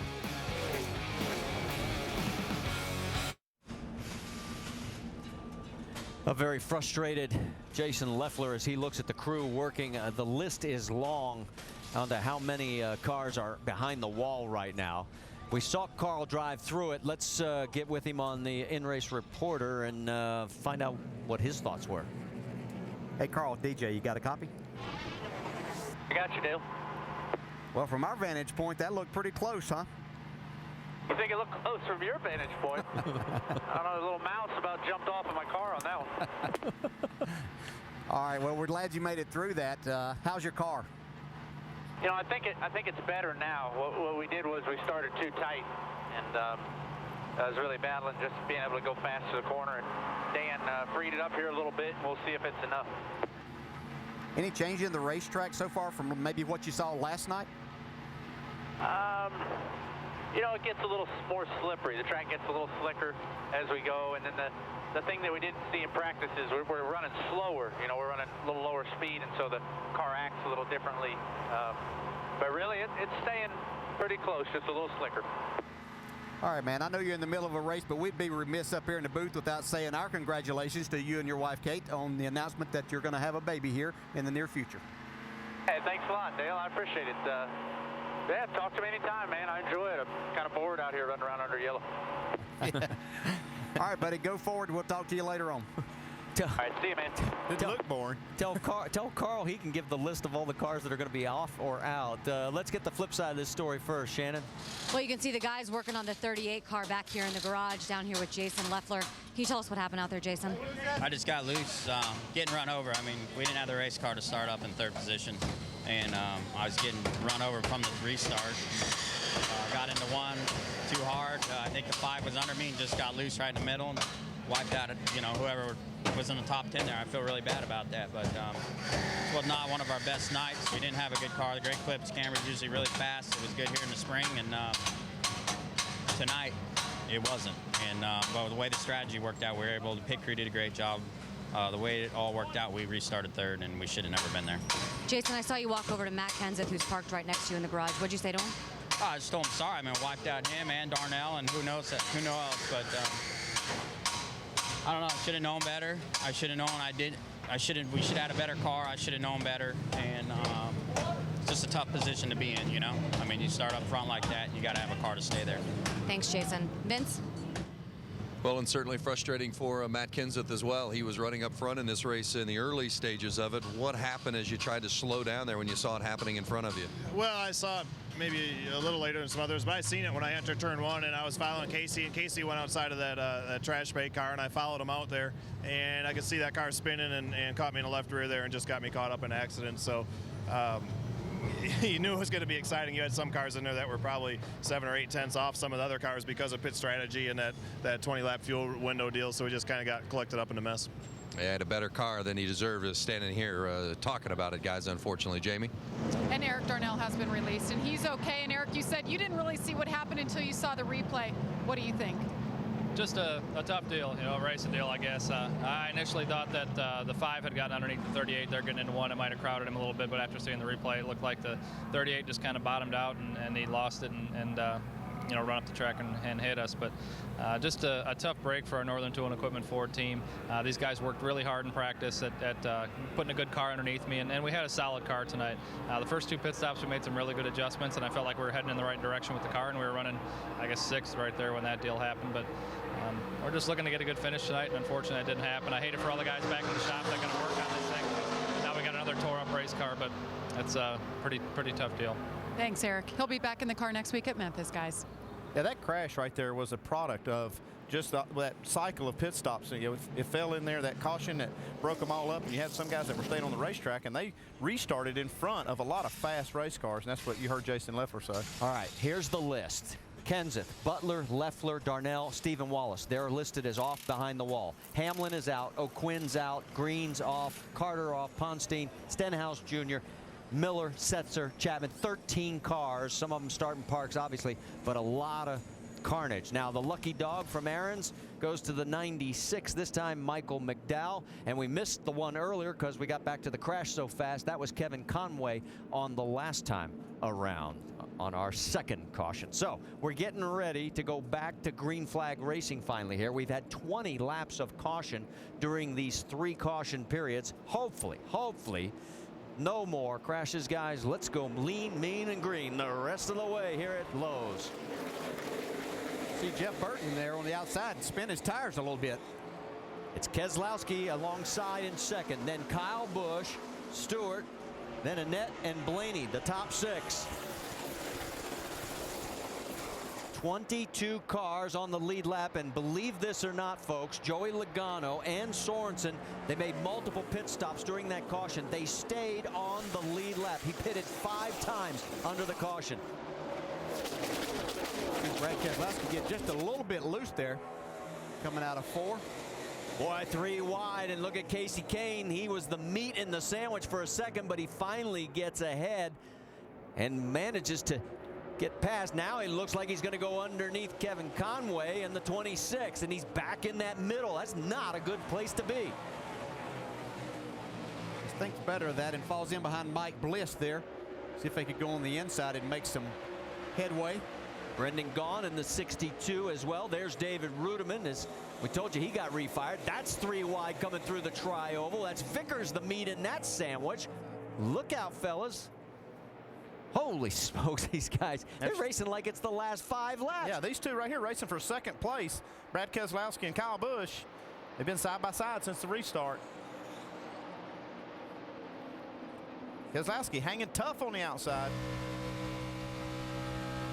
On board with Brad. You can see he just didn't quite clear him. He was there. He was that close, but the spotter couldn't clear him. That's first, second, and third. So we've got action moving in on the race lead. A little bit further back. Oh, we've got another caution. We got debris over in turn 3. Yeah, it's not surprising with all the cripple cars that we've got out there and all the contact, that some of the parts will fall off of these race cars. Put a damper on a good race right there, though. Man, those guys were going at it. Not just the front. Those Brad and Kyle racing for second. And somebody kicked that debris up off the racetrack after the caution came out and went through the grill of the 61 car. And Chase Miller, we're told, has jumped into that car. Matt Carter started it. So we're under our 4th caution now. And if I'm not mistaken, that will give Brendan Gaughan the lucky dog. Good for him. I look up looking at the running order there. We've got some guys that we haven't seen up in the top 10. Michael Annett having another good run. Dave Blaney, Eric Almirola, Tony Raines. A good run for Annett. Right now he's shown in 5th. Almirola up to 7th. Jeremy Clements again 14th. Yeah, he's up in the top 15. So I mean, you're right. It's an opportunity when you have a lot of cars, good cars get knocked out. It's going to be an opportunity for a lot of guys to get good finishes tonight. You see Tony Raines going by. He in the 34, listed in 8th position right now. There goes Clement. Now this is going to be a very quick yellow. When they say quickie yellow, that means that everybody can pit. All the lead lap cars and the lap down cars can pit at the same time. Now, most of these cars last pitted on lap 64. Some of them, like Ryan Newman at lap 70, Mike Bliss at lap 71. There you can see that John West Townley, their crew, still working on that car. So it looks like we don't have very many takers since we're only working lap number 82. Stay with us.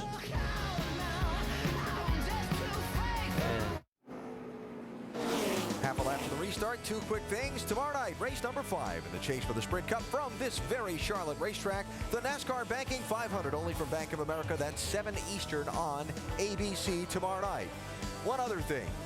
We're going to be with 16 laps to halfway, and that's the radar. That's about just over 20 miles from this racetrack. How can the weatherman be wrong all the time? And that's what a 50-50 chance. That's what a 15% chance of showers looks like, folks. The crew chiefs really have something on their hands to think about now. Hey, Petrie, want to be back on a pit box right now? Unbelievable. Hey, you're our go-to guy, Alan, when it comes to bad weather. You know what I say about weather, guys? They're 75% correct 15% of the time. All right, we're going back to green flag racing. It is Jeff Burton, Brad Keselowski, Kyle Busch, Tony Stewart. That's your top 4. Burton gets a good restart. But here comes Keselowski underneath. Right behind him is Kyle Busch. Down the backstretch, 2 abreast, 3 abreast further back. Heading into 3, they're going to go door to door. Look at Michael Annett. Get tricky right here coming off the corner. This is where we've had some problems. Getting awfully dicey. There we've got contact, a little nudge. And Kyle goes around. Yeah, that's a strong move by Kyle Busch right there. He was able to stay in the throttle and keep his car right on the bottom. Looking like 3 wide with Michael Annett possibly in that sandwich, but Newman thinks better of it. They head towards turn 3. At least the first 5 have sort of settled down. Jeff Burton doesn't know all the excitement that's going on behind him, but he's about to get a dose of Kyle Busch. Okay, he's getting ready to find out just how strong this 18 car is. Tony Stewart has moved into third. Then in fourth, it is Dave Blaney. Remember, Blaney scraping the wall. Got a big run up top, trying to come outside. Here we go. You've heard the call from the spotter, and there he goes. Man, he just pulled the trigger and blew right by him on the outside. So Kyle, who has led 35 laps already, makes it our 8th different lead change in this race, despite the fact we've had 4 cautions. Oh, we got contact in the wall. No Did caution. they just brush it? Somebody got up against the wall on turn 3 and 4. Not enough to bring out a caution. Thank goodness. Let's stay green. It looks like Tony Stewart here in third's got his car running a little bit better right now. How about Dave Blaney now? They fixed that car up. Got this 87 car really steaming to the front. There's Justin Allgaier right now with a lot of breathing room for that 5th and final spot on the podium. As he's going around the 42 of Eric Almirola, here comes Brian Vickers, and he's going to try and do the same number on him. All of a sudden, you were talking about Blaney. He's going high side for position on Tony Stewart. And it looks like he may clear him. It does, Vince. How about the run Dave Blaney's had that I remember lap 14, he got into the wall, got tight, fell to 16th, pitted to fix the damage, restarted 36th. Then up to 15 by lap 42, then into the top 10, then the top 5. What a run for Dave Blaney, and credit that pit crew for getting the job done and the car repaired when they came in for their stops. Dave? You guys wondered about the 5 car of Tony Stewart. He says it is a little bit better, but remember, he's only had a short run of green flag laps to really determine that. He did get passed right there by Blaney. But what about that right front tire that we said was a problem earlier? During the second run, which was twice as long, don't know if we have the tape to show you that, but there was still the groove in the right front tire. It was the same exact depth, however, so the team knew that that wasn't getting any worse. So they left him out there. They have not made any repairs or replacements to that right front fender brace area. They think so far so good for Tony Stewart. Well, they've got some damage now, Dave, on the left front fender. Looks like he's had some contact with somebody on one of these restarts. That's something they'll need to get fixed because it's going to affect the performance of the car. There's Tony Raines. These are guys that we don't normally see running in this freight train. That's Tony in 10th, Mike Wallace in the 01 in 11th, Justin Allgaier 12th, and then Brian Vickers. And right in front of Tony is Mike Bliss. So great runs going right there. And look at this side by side. That's Michael Annette under attack from Bliss, and Tony Raines wants a piece of the action too. And on the right side of your screen, Blaney is going for second. What a great race this has been, as long as we can keep it green. Yeah, man, this Dave Blaney's got a fast hot rod tonight.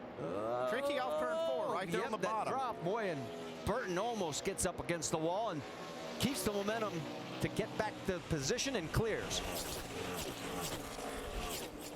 Blaney says, okay, I'll try it again. Yeah, he's going to see if he can get a run on the outside, because he knows that's where he really wants to make his pass if he possibly can, to keep that momentum. While all this stuff has been going on, Kyle Busch has a 2.5 second lead. There goes Brian Vickers around Tony Raines. Had to check up for a moment because he was closing too quickly on Michael Annette. Now he gets the big run off the corner. Saw Justin Allgaier take a peek on the high side of the 01 of Mike Wallace. Had to think better of it. Now he's going to try it again as they head down to 1. And it looks like he's going to be able to clear him.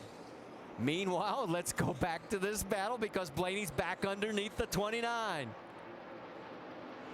Down into the corner, and this time Blaney, can he make it stick? You're watching from on board. Keselowski's got him cleared. You're right. So Blaney goes up to second. Had his only Nationwide Series victory here back in October of 2006. He was driving that 32 car for Todd Braun. And you want to know why everybody's in a hurry? There's your reason. On the right side, the rain is on its way. All 20% of it is going to get dumped right on us. Yeah, we didn't have many cars come in under that last caution period, but Casey Kane was one of those cars that did. And if this goes long enough before that rain gets here and these other guys have to pit, then Casey Kane's got a little bit more time before he has to hit pit road again. Right, Casey pitted on lap 82. He's shown in 14th place right now. Everybody else in front of him basically around lap 64. Want to see what's happening with Kyle? He's checking out. 3.1 seconds.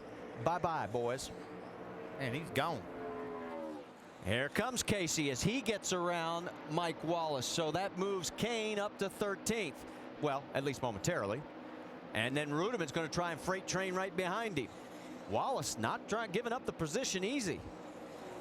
Finally, Kane clears him. Tony Raines going underneath Justin Allgaier right ahead of him. That too for position. We are 4 laps from halfway. Allgaier coming back on the high side on Tony Raines. Kane's trying to pick the lane on which is going to work best for him to follow. He's picked Allgaier. Raines says, okay, you guys stay up there. Allgaier clears Raines. Now here comes Casey. In our first green flag run, this 43 car, Casey Kane, was one of the fastest cars at the end of that run. So if we can stay green and get enough laps before that rain comes, Casey Kane will have some time to get back up into the top 5. He has been one of our 6 different race leaders, and he's on the underneath side of the 12 of Justin Allgaier. Yeah, this is a tough pass trying to get down on the inside and make that pass. You can see Allgaier in the 12 car able to keep the momentum on the outside. Dave? Guys, they have improved that car for Justin Allgaier. He was one of the guys that came down most recently for 4 tires. Most of the night, though, it has been tight. That's what lost him positions early on. Allgaier now riding that high line, trying to get by the 43, but Shannon, he's not letting him by. No, this is some great racing here at Lowe's on the 1.5 miles. Shannon? Well, Casey Kane right now, eventful day so far. They had a problem on pit road. You guys remember he was running in the top 5. Came down pit road, did not get all the fuel in that car, so they had to come back down. The car's also been bottoming out the entire race, so they've gone back and forth on some wedge adjustments. Finally, hopefully they got that car right for 43 because there's not much time with that radar looking the way it is. And we're working lap 100. Will be official in the books this time by. You saw what was going on all over the screen. Meanwhile, Kyle Busch has pulled a 3.2-second lead over Dave Blaney, Jeff Burton, Brad Keselowski, and Tony Stewart. Back here at the Dollar General 300, Casey Kane had moved up to 10th, but he's been black flagged. His window net is down. He said on the radio, well, it's been down for 20 minutes. Well, they finally noticed, and you can't run that way. No, that's a safety feature for sure that you have to have up. Matter of fact, that window net was developed a long time ago from a bad crash that Richard Petty had at Darlington. And they invented that window net to keep the arms inside the car in case the car starts flipping, so they got to get that up. Let's also tell you, Jeff Burton came in for a pit stop. He is now shown 1 lap down in 25th position. He was running 3rd at the time. Now here is the replay, and you can see Casey signaling everybody, hey, I got to go in. Yeah, he had to come in for that window net. Obviously, Jeff Burton had a vibration, and it kept getting worse, so he had to hit pit road to take care of that. So it's now Kyle Busch first, Dave Blaney second, Brad Keselowski 3rd, Carl Edwards 4th, and Mike Bliss 5th. And believe it or not, right now with the way Bliss has been running, he has moved into 7th place in the points championship chase. That continues to ebb and flow. Yeah, right here, Casey Kane slots in right behind Kyle Busch, so he'll have a good place to run and kind of gauge himself against Kyle, even though he's a lap down. He is in that lucky dog position. Well, he is shown in 27th Actually, now, 2 laps and he's down. now two down, so down, not yep. in the lucky dog position. In fact, it would go to David Gilliland, who is in 22nd. But right now, with this race being official, guys want to pour the laps into the books with everybody knowing rain is on the way.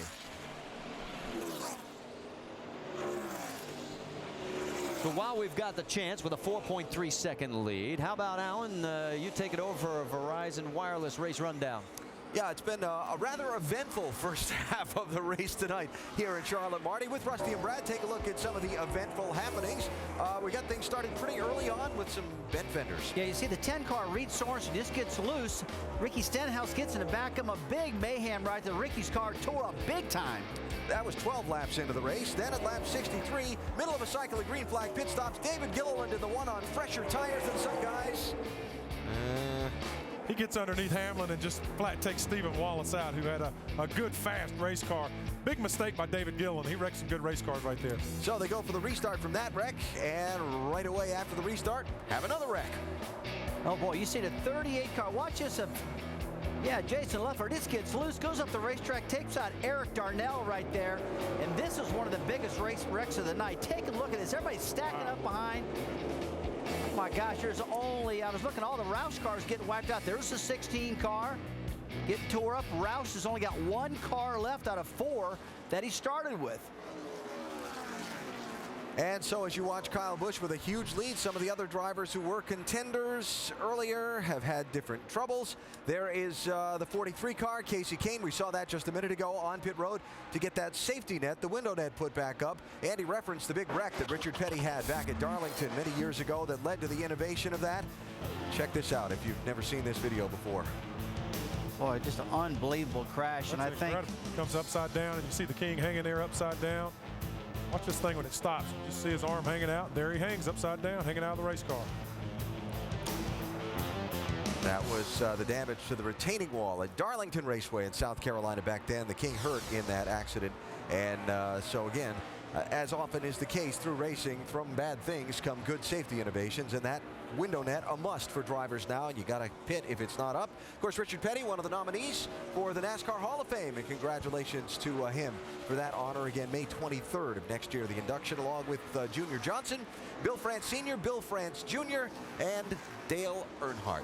What a great group that was. I mean, just was a fantastic week here in Charlotte, the Hall of Fame. All 5 of those great guys getting ducked into it. I tell you, going back to that window net a little bit, I mean, what a great run Casey was having, only to be taken out by something so small and really something so silly, I call it.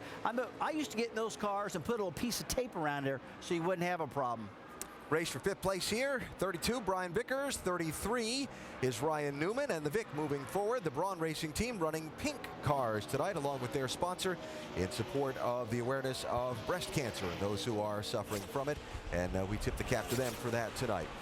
Remember that rain is approaching. We've had a lot of drivers have troubles tonight trying to rally back from that. You saw Kane with his issue. Joey Logano earlier was involved in that big wreck we just saw, the one off of turn 2 that had all the cars piling up in the aftermath. You see some of the damage on this 20 car.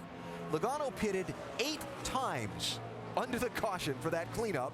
And right now, he's on the verge of pulling back into the top 10. And that was the key thing you just said there, Alan. Pitting 8 times. He's got that rear spoiler back in shape where it needs to be. The left-hand corner of the car aerodynamically is not nearly as important as the right rear corner. They spent some time. They got this car back in shape. And I'm watching the speeds right now, and they're pretty respectable. Top 10 speeds at the moment for Logano. Some troubles for Mike Wallace.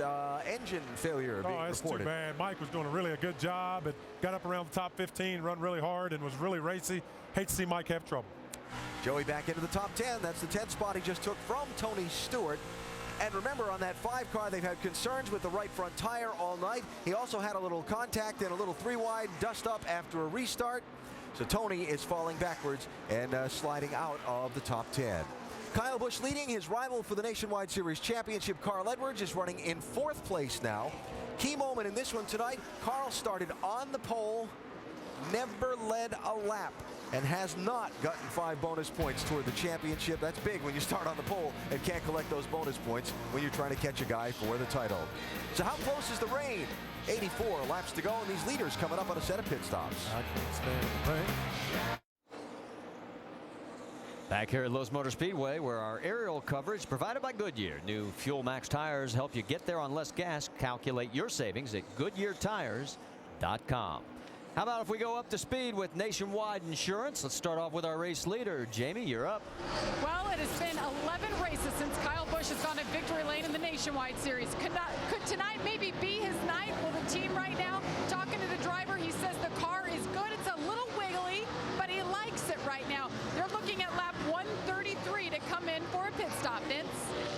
The 87 of Dave Blaney may just be the story of the night in this race. He's running second after wall contact early in the race and a series of pit stops to fix his car. Blaney has one Nationwide Series win, and he got it right here at Lowe's in 2006. He's having a great night tonight. The 88 of Brad Keselowski, we expect him to be running up front, but he had to come from near the back to do it. He started 29th tonight, says the car is a little bit tight, but it's not too bad. He's having a pretty good run with it so far, up in the top 5. Dave?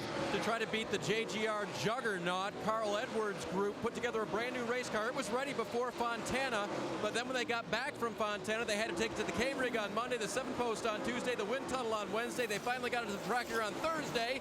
and that was the first time Carl sat in it. It was good enough for the pole. He needs to be freed up just a little bit to be better, Shannon. Well, one driver who knows about winning rain-shortened races here at Charlotte is Mike Bliss. He won this race earlier this season. This is a 3-race deal that he's doing with the 11 team. He said his goal is to finish in the top 10 in the points, despite playing musical chairs with teams for the rest of the season. Currently 7th with this great run in the point standings. Mike Bliss says the car is just a little bit tight. Jamie? And Brian Vickers in the 32 started 9th, but they were caught up in that big multi-car crash. They had a bunch of damage on the hood. Hats off to this team. They went to work. He made 3 pit stops to fix it. They remained on the lead lap. Brian said, guys, we've got a great race car. Let's keep digging. Shannon? Well, the 33 team, Ernie Cope crew chief, said, you know, Charlotte is not my favorite racetrack. We don't ever really finish well here. Well, so far things have been pretty good for Ryan Newman tonight in that 33. He avoided the big wreck. He had to come through the grass. They came down pit road, made sure there was no damage, and there was none. The car is a little bit tight for the 33, but this is a good-looking run for Ryan Newman. Dave? Justin Allgaier runs in the 8th position behind him, Shannon. That tight race car has freed up a little bit, but there is a question. It's unpredictable off of turn 4. He radios that sometimes it feels really loose, sometimes it feels really tight. I'm not quite sure how Chad Walters is going to adjust to that on the next stop. Here comes Joey Logano. Yeah, that beat up 20 car, but we've seen it run fast before.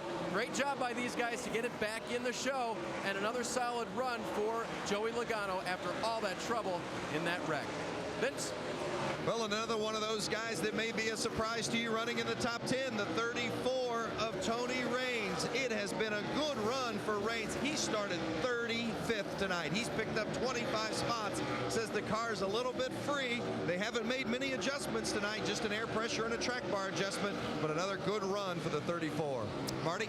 And let's round out the cars on the lead lap because it's only Tony Stewart in 11th, Eric Almirola, Michael Annett, and Reed Sorensen. 14 cars total we have on the lead lap, and then Brendan Gaughan is in 15th. And we have pit stops coming up. And do you have a sense of deja vu with Kyle Busch? Because remember back in May, he led 98 of the first 148 laps. He had to pit under green before the caution came out on lap 153.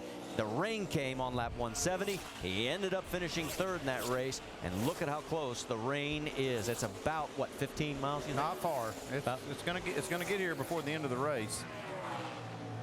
So he's got a 5.8 second lead, as you see right there, over second place Dave Blaney. But the big question is, what will be Jason Ratcliffe's strategy? Because I guarantee you, he remembers what happened in there. You got me one. Let's do 134 here. That'll buy some on the other side.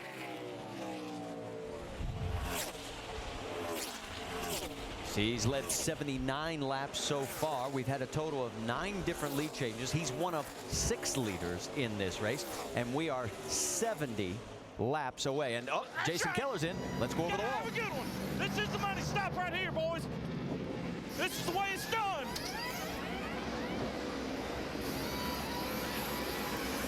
Whoa! Go, baby, go! Yeah! And the 87 of Dave Blaney is in. Vince? That's right. They're not going to make any changes to this car at all. That's how good it is. Just 4 tires and fuel for Blaney. Dave? Tony Stewart said make half more of the adjustment you made last time. That was track bar and a spring rubber in the left rear. The biggest problem has been that left front fender that was banged in. The car was much tighter on this run for Tony. He fell from 4th way back to 11th when they pitted this time. They will get forward fresh tires. Let's see if they work on that left front fender a little bit of a tug right there. Big tug, actually. And Tony Stewart will leave pit road. Vince? The 34 of Tony Raines, we mentioned just a moment ago, and up to speed how well they have been running tonight. No chassis adjustment for the 34. Just a 4-tire stop and Sunoco fuel for Tony Raines. Carl Edwards' car started that run just a little bit free. As the run went along, he radioed in neutral. Then at the end of the run, he said it's getting just a bit tight, rolling the center of the corner. So he wants to make just a slight adjustment. He talked about just a hair of track bar. The wrench will go in the back there. Let's see how much a hair is as they get ready to turn it. 4-tire change as well. That's a full round, so that's a little bit more than a hair. They think they needed it. He'll get 4 fresh tires. At the time, he was running in 4th position when he hit pit road. Carl Almost time, 15 seconds. Kyle Busch has yet to make his stop, nor has Brad Keselowski. But just as we say it, here he comes down pit lane. 4,000. Watch it's 42. Jamie? And Kyle Busch said he's been happy with it. As I said, he said it was just a little wiggly, but he was happy with it. They were talking about fuel mileage. They have not mentioned the weather down here, guys. I know they're watching it. 4-tire Sunoco fuel for the 18. Michael Annett is in behind him. What a great run for him, coming off his best of the year in Fontana. He finished 6th. His car has been very neutral. This team really looking to get in the top 10, Vince. The 88 of Brad Keselowski has been running up near the front as well. They've made a 4-tire change, a little slow to get off the jack there, over 16 seconds as Keselowski gets away. Says the car's just been a little snug. Shannon? 10 car of Reed Sorensen. What an eventful night. He was involved in that wreck early on with Ricky Stenhouse Jr. on lap 14. The car has been loose for Reed Sorensen. Right now you see those guys going on to work on the pink car. There is a chassis adjustment, 4 tires and fuel for Reed Sorensen.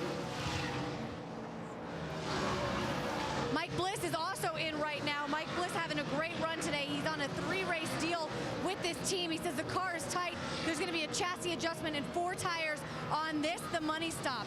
Ryan Newman is also in his pit box right now. They're going to add some tape to the front of the grill. They're also going to make an air pressure adjustment. Ryan Newman saying that the car is tight.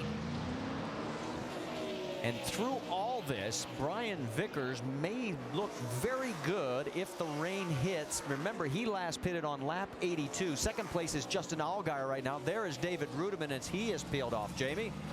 And they're trying to bounce back from their misfortunes earlier when the car stalled out. You see the car on the right side. They're working on the left side. First time David Rudiman has been in the 99 this year. Remember, this team was together the last 2 years. It's kind of a reunion, but it hasn't been the night they wanted. They're having trouble again, guys. The gas tank was, you saw the catch can was stuck there. Now he stalled again, the same issue. They got him running. He's down and away. Dave? Jamie, when the round of pit stop started, Justin Allgaier was running in the 8th position. They decided to work on the loose coming off of turn 4. They reduced the air pressure in that right rear tire. That should help Justin's car be a little bit more comfortable underneath him as he exits the corner. This Penske crew going to work now on the left side. Adjustment made that you couldn't see. Full of Sunoco fuel. They won't be able to make it from here, although I'll tell you what, guys, that is pretty darn close. Lap 138 on the board. That would be 62 with a couple caution laps. They could make it. Well, and Brian Vickers, as we mentioned, he last pitted on lap 82. So did Joey Logano, who is running in 2nd place. Can you believe this? Logano, after having that contact, we thought that his chances were going to be very slim at best, and here we are with 61 laps to go, and he's got one guy in front of him. Both of them are going to have to make one more stop, but here comes the rain. That's well, I'm not sure. I'm not sure. There's a handful of those cars that can possibly make it.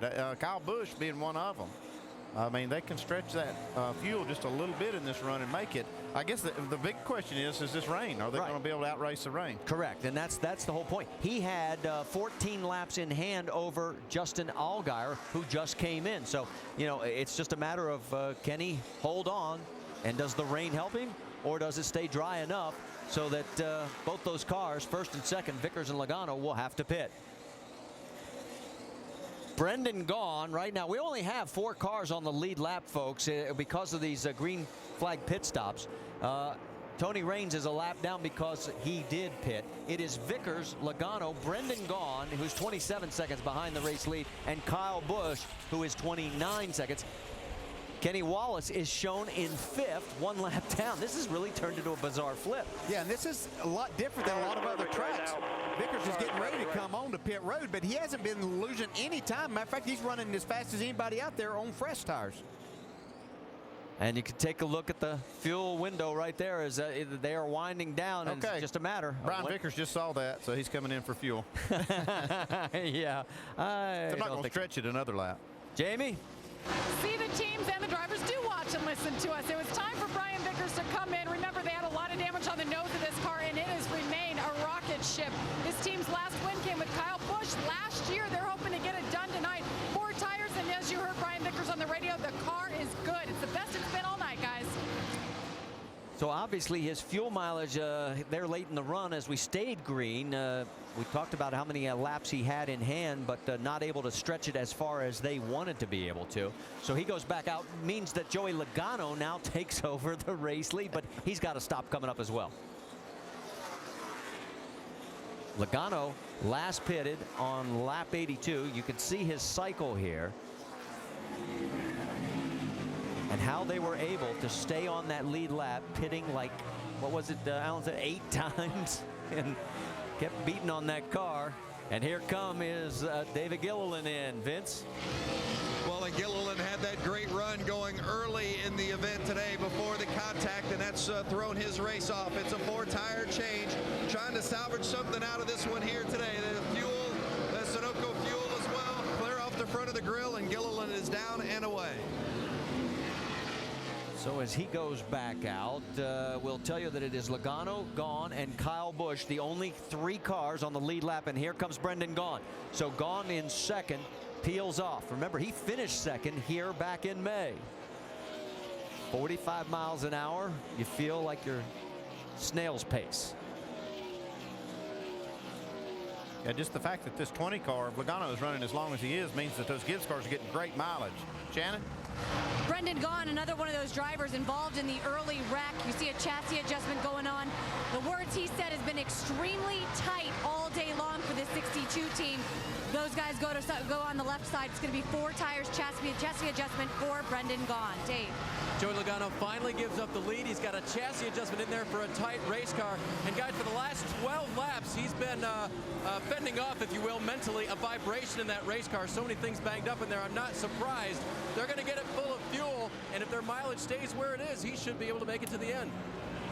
Well, all those cars that were a lap down are breathing a little easier because we're starting to see the pits cycle through. And now we show a total of 9-10 cars on the lead lap.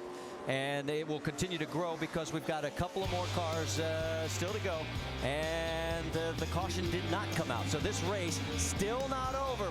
The complexion keeps changing. Kyle Busch out in front.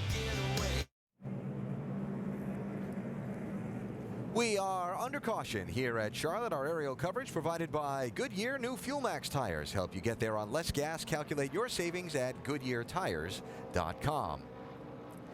After the cycle of green flag pit stops, Kyle Busch is the leader. Carl Edwards, Joey Logano, Casey Kane, Brad Keselowski, Jeff Burton, and Tony Raines are the guys that have stopped under the caution.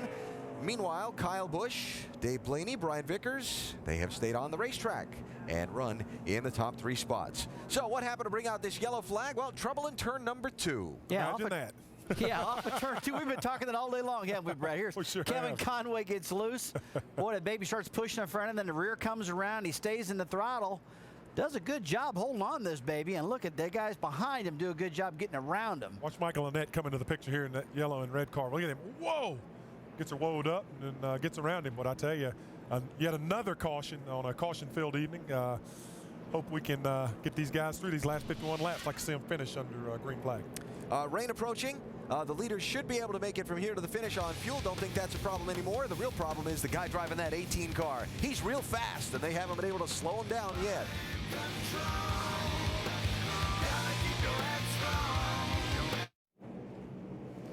Getting ready to go back to green flag racing. Let's quickly check in on Kyle Busch's radio. I'm sorry, the 87 of Dave Blaney. Yeah, take care of the fuel. If it does go green or go all the way, Dave, we'll need it. And there's rain coming. It's not far away. It's at 77-85 junction right now, so it could rain on us in the next 10 minutes. Show you the radar and exactly what they mean. There it is. That circle is about, what, 5 miles? Not far, yeah. 77-85 junction is only about 7 or 8 miles away. Michael Annette got the lucky dog. That means we have 13 cars back on the lead lap. It is Kyle Busch, Dave Blaney, Vickers, Bliss, Allgaier. That's your top 5 as we get ready to go back to green flag racing here. Yeah, you see the 43 right there, 5th row outside. Casey Kane got both of those laps back after having that winning net come down, so he's back in it now on the lead lap. He is shown in 10th position. Joey Logano back in 12th, and we're back to green flag racing, and it's a race against the rain.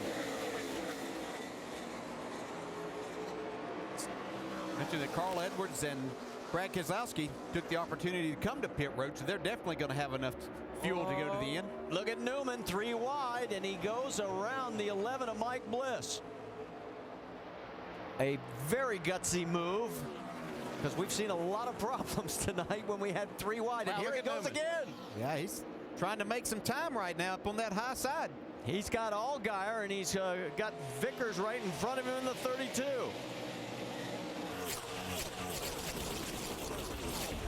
Out in front, we can tell you Kyle Busch is pulled away already by half a second. Boy, Kyle is on a rail tonight. He has led 90 laps so far. There's Tony Raines and Casey Kane side by side. That is for position. That's 10th on the racetrack. Hey, Raines' car is racy tonight. On board with Brad Keselowski, who's right in front of him in 9th.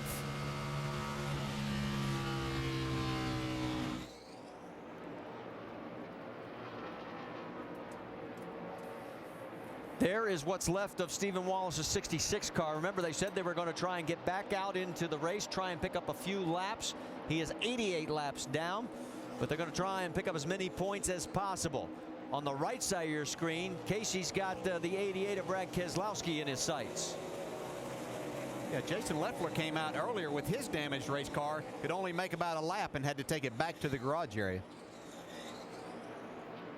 Let's go back and check on the race lead. Kyle Busch is almost up to a full second, Jamie. Well, guys, I said in the last update, this team has not mentioned weather to Kyle Busch, and I know they're watching what we're watching, and they see the blob coming, so my question for Andy is, as a crew chief, what do? Do you tell your driver who's leading that rain is close? He's already pulled out a second lead. I don't think he wanted to go much faster. No need to tell him right now, really. If he's out front and he's kind of in control, there's no need to tell him that rain's coming, because if it starts raining right now, he's sitting in the catbird seat.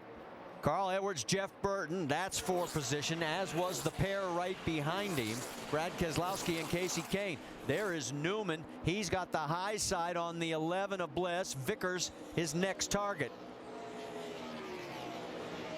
That is all for position as well. So we've got good action both sides of your screen. There goes Newman. He's clear. He has cleared the 32. Yeah, that's most muscle we've seen him show all night long. He is up to 4th.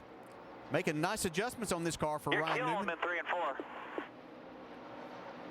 In fact, now is up to 3rd, I should say. And it is now Casey getting underneath the 88. And here comes Logano. That's a little further back. That's for 10th. Put Kane up to 9th as he gets around Keselowski. Then put Logano in 11th. Justin Allgaier goes underneath the 32, so Vickers starting to go backwards. Dave? By the way, just checking in on Justin Allgaier's fuel situation. Chad Walter nodded that they were okay to go till the end. And just think where this team has come this year with a rookie driver, basically a single-car team, and no cars built in December of 2008. A great run for Justin Allgaier here at the Lowe Motor Speedway, as we see that battle on the left as well, Keselowski and Logano.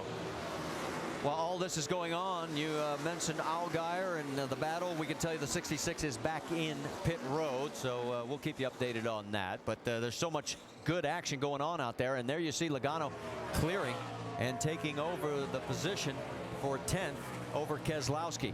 He's got Casey Kane right in front of him. Meanwhile, it is now Kyle leading by 1.5 seconds with about 40 laps to go. 35 laps to go this time by. You can see this is all for position on the racetrack with Jeff Burton. And we just got word the 20, you see on the back of the car, that piece of metal hanging down, he has been black flagged.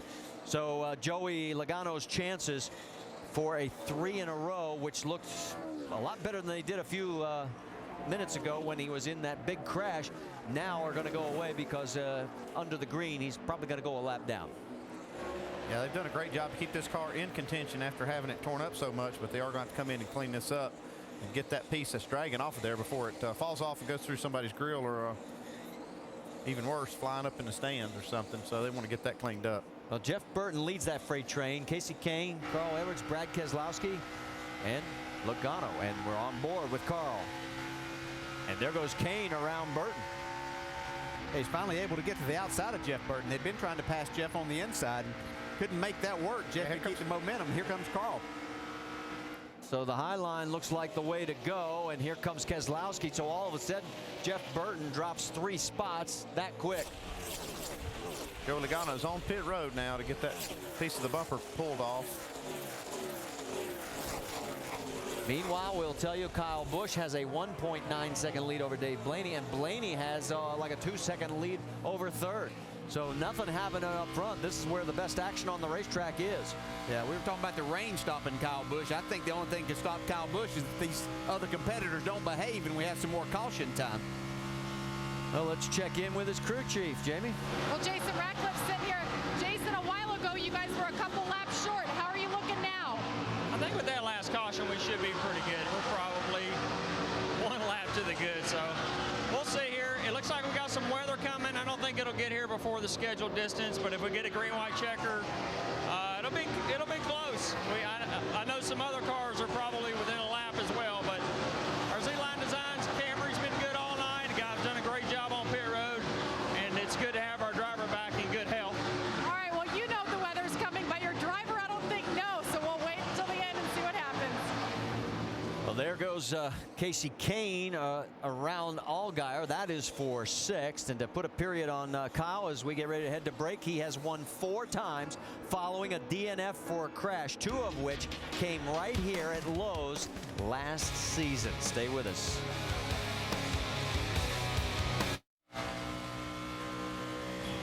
On the motorsports calendar, we've got the Sprint Cup Series at Charlotte, the Banking 500, and we've got caution, and we'll talk about that later because Stephen Wallace is in trouble again. He had picked up 4 spots. Pull up to the garage here, guys. Let's clean up here. That's all we can do. Good job, everybody. Steve. He picked up 4 more positions on the racetrack, which every point is valuable. And quite honestly, he could not have probably gained any more because the number of laps that are remaining were down to 26. So as you heard him say, just take it to the garage. Gallant effort, and you can see what happens. It's just stepped out on him. Hey, he's just got a lot of damage to the car. It's probably not handling well at all.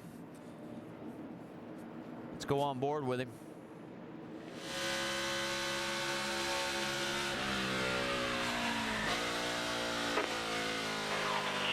Easy. Just hold the brake. We just spun. Hold the brake, buddy. Hold the brake, hold the brake, hold the brake. Everything's cool. We're on the apron. We'll be coming to you flat spotted. They have a minimum speed that you have to keep up, and Stephen was trying to get everything that he could to make sure he could do that to get as many laps there. And the lucky dog this time will go to Tony Stewart. That's right, Tony had just gone a lap down, so that'll give us 13 cars on the lead lap. And yes, Joey Logano did go a full lap down when he had to come in for that black flag penalty.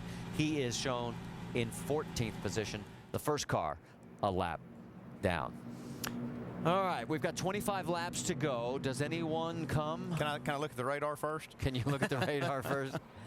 Well, there are some guys that are set up. Okay. I think if you're back in 6th or something, you can take a chance. We've only got 12 guys on the lead lap here. Yeah. Double file restarts, you're not far back. But it's notice holding how off. notice how it's breaking up. It's holding off. If I might jump into this, I think I'd stay out. Unless maybe maybe you're right. Maybe if you're 10th, 9th, you got guys back there. And if you got tires. Kane and Vickers, and even though Edwards is racing, I think some of those guys got to take a chance here. Well, we do have a few takers. There comes Vickers, Allgaier, and also Keselowski and Rains and Annette. Jamie. And Brian Vickers came in 6th, right sides. They took a tear off the windshield. Like you guys said, why not? Let's roll the dice and see what happens. Vince? The 88 of Brad Keselowski. Keselowski said the last stint, the car's balance was perfect. Then all of a sudden it started plowing. He said, I think for sure we've got a left side tire down, so they had to come. Dave? Vince Allgaier pits from 8th, fresh rubber for him. All 4 corners. That should give them a chance to roll back through the top 10. And that is their goal. They wanted that fresh rubber. Well, look at it this way. The worst you can do is come out in 12th position because there's only the 12 cars on the lead lap. 13 when Tony Stewart gets the waiver out. Stay with us. This is going to get interesting.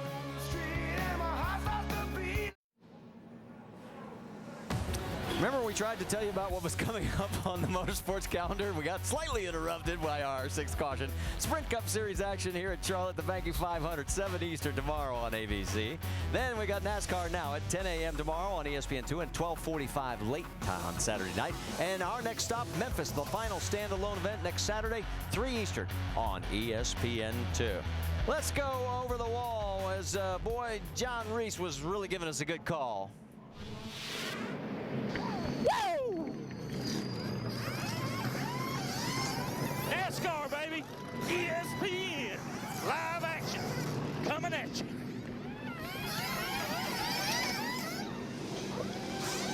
Woo! A little close on my jack post.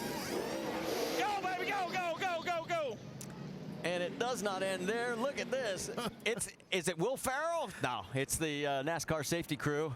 But boy, he was hustling out there, and look at this. It's like, here, come on, follow me. Help me, Jesus. Help me, Tom Cruise. He is hustling now. Oh, golly. He'll need a break after And he was out of breath. Trust us. We saw him climb into that truck fight. Look at this. He's still going. You're not on fire, Ricky Bobby. There he is. There he is. Yeah. Woo. Okay. 21 laps to go. This time by. Lights are out on the pace car. It is Kyle Busch, Dave Blaney, Mike Bliss, Ryan Newman, Casey Kane, Carl Edwards. That is your top 6. As we said, there are 13 cars on the lead lap, and a bunch of them at the back have some fresh tires. What's going to happen? Let's find out. Whoa, look at Burton looking down low, trying to make it 3 wide underneath Casey Kane. Hang on, boys. That's Carl on the high side in the 60. It's not the first time these 3 have been 3 wide. Been racing hard all night. Down the backstretch, they survived turn 2. They look like they may want to try it again. Better minds prevail. We're only down to 2 wide. Yeah, Vickers in that 32. He got 2 fresh tires there on that pit stop. There's second place. Look at Ryan Newman. High side on Blaney. Here comes Bliss as well, the guy who won this race back in May. Kyle Busch has opened up a half a second lead. Are you surprised? On board with Carl Edwards. Comes Blaney back on the high side, though. Got a nice run off of turn 2. Bliss says, no, I'm going to shoot right back. Man. Yeah, but I don't know if he's going to clear him. Oh, going to get squeezed. Ooh, that was tight. That was. All right, we're down to 19 laps to go. Blaney still trying to take the position back on the high side. What it's doing is allowing the 2 cars in front of him to run away and hide. So Kyle Busch, and remember, Ryan Newman had a car that during practice and qualifying was not very good. Further back, that's Michael Annett in the 15. Here comes Logano on the high side of the 29. There's Justin Allgaier just a little further back with Tony Raines. That all for position. Well, Logano is still a lap down. That's the only one in this group that is not in position.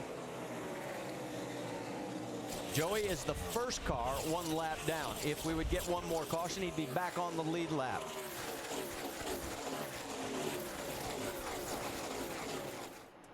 There's your gap between first and second. Then the freight train all the way back to Michael Annett. Annett, another great run as he is shown in 9th position. Logano, as we said, 1 lap down, and then the 2 of them behind him there, Justin Allgaier and the 29 fighting out for position. And that is for 10th. Second place is heating up too. Mike Bliss has now caught Ryan Newman. So Bliss given another great ride. And we still keep trying to figure out why he got booted from the 1 car earlier this year, as he is looking to take over the position from Ryan Newman. This time by, there will be 16 laps to go. Yeah, Dave Blaney's coming back on these guys too in that 87. He's liking that high line. That's where he's been making his time. Took him a few laps to get wound up. He lost quite a few spots on that restart. The problem is Kyle Busch is running 0.4 of a second quicker every lap than the next 3 cars, even when they're in line. I think they conceded that. This is a battle for second for tonight. Blaney looking for the high line, see if that'll give him any boost. Doesn't seem to work on that corner.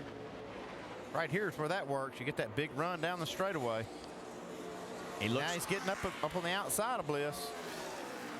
Going down into 1. You see the sparking still from Ryan's 33. You can see the run that Dave Blaney can get. on that high side. He just needs a little bit of room to get to that right rear quarter. Then he can slow the guy down in front of him. Now Bliss is going to try that. Yeah, he had the big run. Blaney did, and he didn't want to go to the inside. He knows he wants that outside. Looks like Bliss is giving it all it's got right here. This is the best action we have on the racetrack because Kyle has opened up a 2.5-second lead just that quickly. There'll be 13 laps to go next time by the stripe. Newman, who has won here before in the Nationwide Series in 2 starts with another top 5 finish. Looks like he's on to another one here. Right side is the battle for second. Left side is the battle for 9th. Boy, Michael and Ned doing a great job here. The 2 rookies going after each other. Here comes Burton on the high side of the 12, and he takes the position away. You can remember Allgaier got 4 tires on that last pit stop. But Tony Raines there. Great run for Tony Raines tonight, sitting there in the 12th spot. There are 13 cars on the lead lap. Tony Stewart behind these guys in 13th. On the right side, Newman's under attack again. Yeah, Bliss has got him this time. Bliss has got the momentum. Down into one they go, and yes, move Mike Bliss into 2nd place. Look at Allgaier side by side with Burton on the left side. And all of a sudden, Newman's in trouble from the 87 on the right side of the screen. Blaney's underneath him. Yeah, this will be a little tougher pass than what Mike Bliss made on that high side. Blaney's able to get back to the throttle and is going to clear him. Allgaier finally clears the 29, so all of a sudden Newman has dropped back 2 positions to 4th. And look at Bliss, he has pulled out a nice margin of about 0.8 of a second now. But there is your race leader, Kyle Busch. He's wrapped up the 5 bonus points. And we were worried that maybe he might have another bad race. Right now, he's looking for race win number 7 this year. Carl Edwards, he's shown in 6th spot right now as Vickers gets around him, and they swap that spot, so move Vickers into 5th.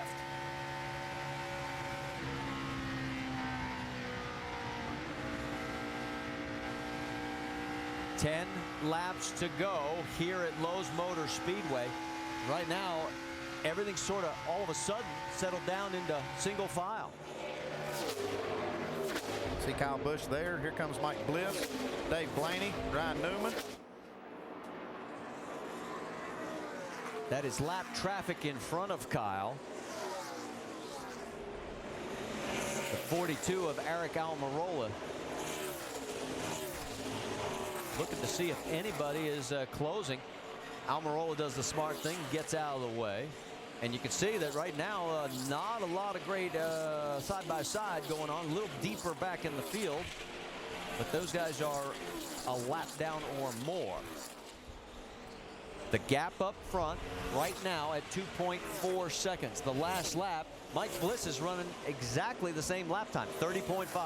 You see how hard this weather is to predict. We thought it would be raining before the end of the race. It's 8 laps to go, and the rain is holding off. The 2 rookies side by side, Justin Allgaier and Michael Annett. That's for 9th. Move Allgaier into 9th, bump Annett back to 10th, and here comes Jeff Burton to take a look at Michael. Annett on the low side. Burton wants that low line too. They'll go nose to tail down in towards turn 1. See Michael Annett driving really hard right now. He knows that another top 10 would be a huge boost for this race team, but slides up a little bit and Jeff Burton gets underneath. Burton side by side with him. Can he make the pass stick this time? And it looks like he's cleared him. Yes. Oh, and Annett's into the wall. Get it going. You're fine. You're fine. Hey, you're fine. Always easy for the spotter to say. Yeah, you're fine, except for those right side tires that have been smacked in the wall and the sheet metal rubbing the tires. And we'll keep our eye on Michael. So here comes Vickers now as he's making a run on Newman for 4th. So all of a sudden, Newman's car's going in the wrong direction. Yeah, he's going the wrong direction. It took those 2 tires of Brian Vickers to wait a little while before they came in, but he's really on the move now. Back behind him, Michael Annette almost in the wall again off of turn 4. Annette needs to be careful. He's got a nice run in jeopardy here if he puts it into the wall one more time. Yeah, he lost that 11th spot to Tony Raines. We've only got 13 cars on the lead lap. Here is the battle with Vickers again trying to go underneath the 33 of Newman. This is for 4th. They're side by side with only 4 laps to go. Vickers looks like, can he make it stick? That's lap traffic on the high side. That's Chase Miller. Look out. And it allows Vickers to get on through and take over the position. Can he hold on to it, though? Yeah, Carl Edwards hoping they might race side by side for a couple more laps. Let him get there and see if he can make up a couple of spots. Here comes Ryan back on the high side. Can't carry the momentum. 3 laps to go. Carl Edwards and Brad Keselowski. All of a sudden, Brad saying, hey, I got to exert my muscle here. Remember, he has a string of 8 top 5s in jeopardy. He's done it 8 times in a row, and right now he's running 7th. I know we're watching these guys. How about Mike Bliss in this 11 car? Been in a couple times, finished 2nd at Dover. Just a great run. Really showcasing his talents, isn't he? He is 2.6 seconds behind Kyle Busch. There is Kyle. But once he got to 2nd spot, though, he was just as fast as Kyle Busch. Just a little too late. Again, a 30.7 for each of the front 2 cars. So he has matched Kyle. The problem is he can't cut into it. And the laps are winding down. And here goes Carl Edwards around Ryan Newman. So move Edwards into 5th, Newman back to 6th. And there is Justin Allgaier as he's got his hands full with some vehicles that are a lap down. And all of a sudden, here comes Brad Keselowski running on the 33 as we are down to the final lap. And Keselowski's string a top 5s run in serious jeopardy. But no jeopardy right now for the 18 of Kyle Busch. He is going to end an 11-race streak where he has not won by taking the checkered flag here at Lowe's Motor Speedway and winning. Here comes Bliss. He's across the line. Here comes the battle with Blaney 3rd, Vickers 4th, Edwards. And there you see it's Keselowski. Yeah. He gets 6th, but it does break his string of top 5 finishes at 8 in a row. Guys, awesome job. Thank you. This car was on rails, man. You guys are great. 7th win of the year for Kyle Busch. Sounded like everything was working perfect tonight except the radio. Let's go to a little bit of Vince. static.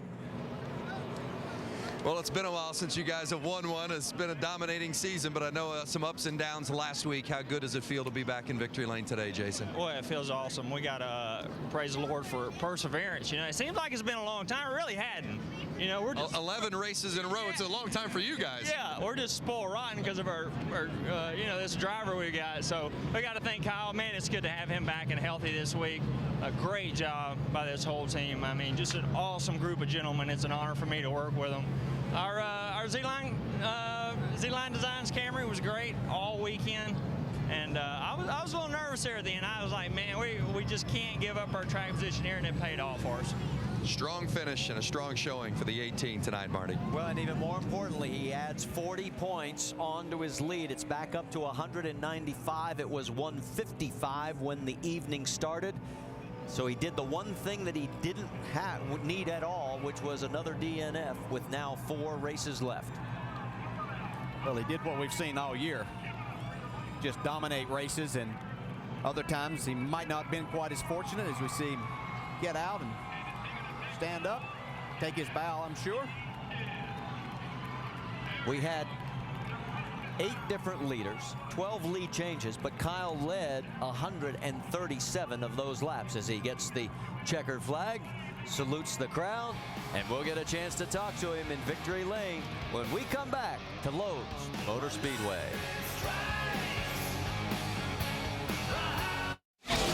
NASCAR Nationwide Series at Charlotte is brought to you by Toyota, moving forward.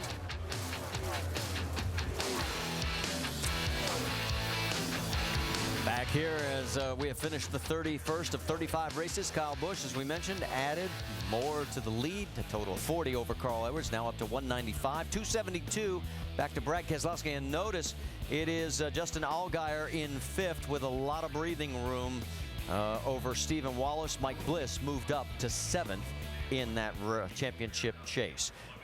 For Kyle, who's climbing out, it's his 28th career win in the NASCAR Nationwide Series.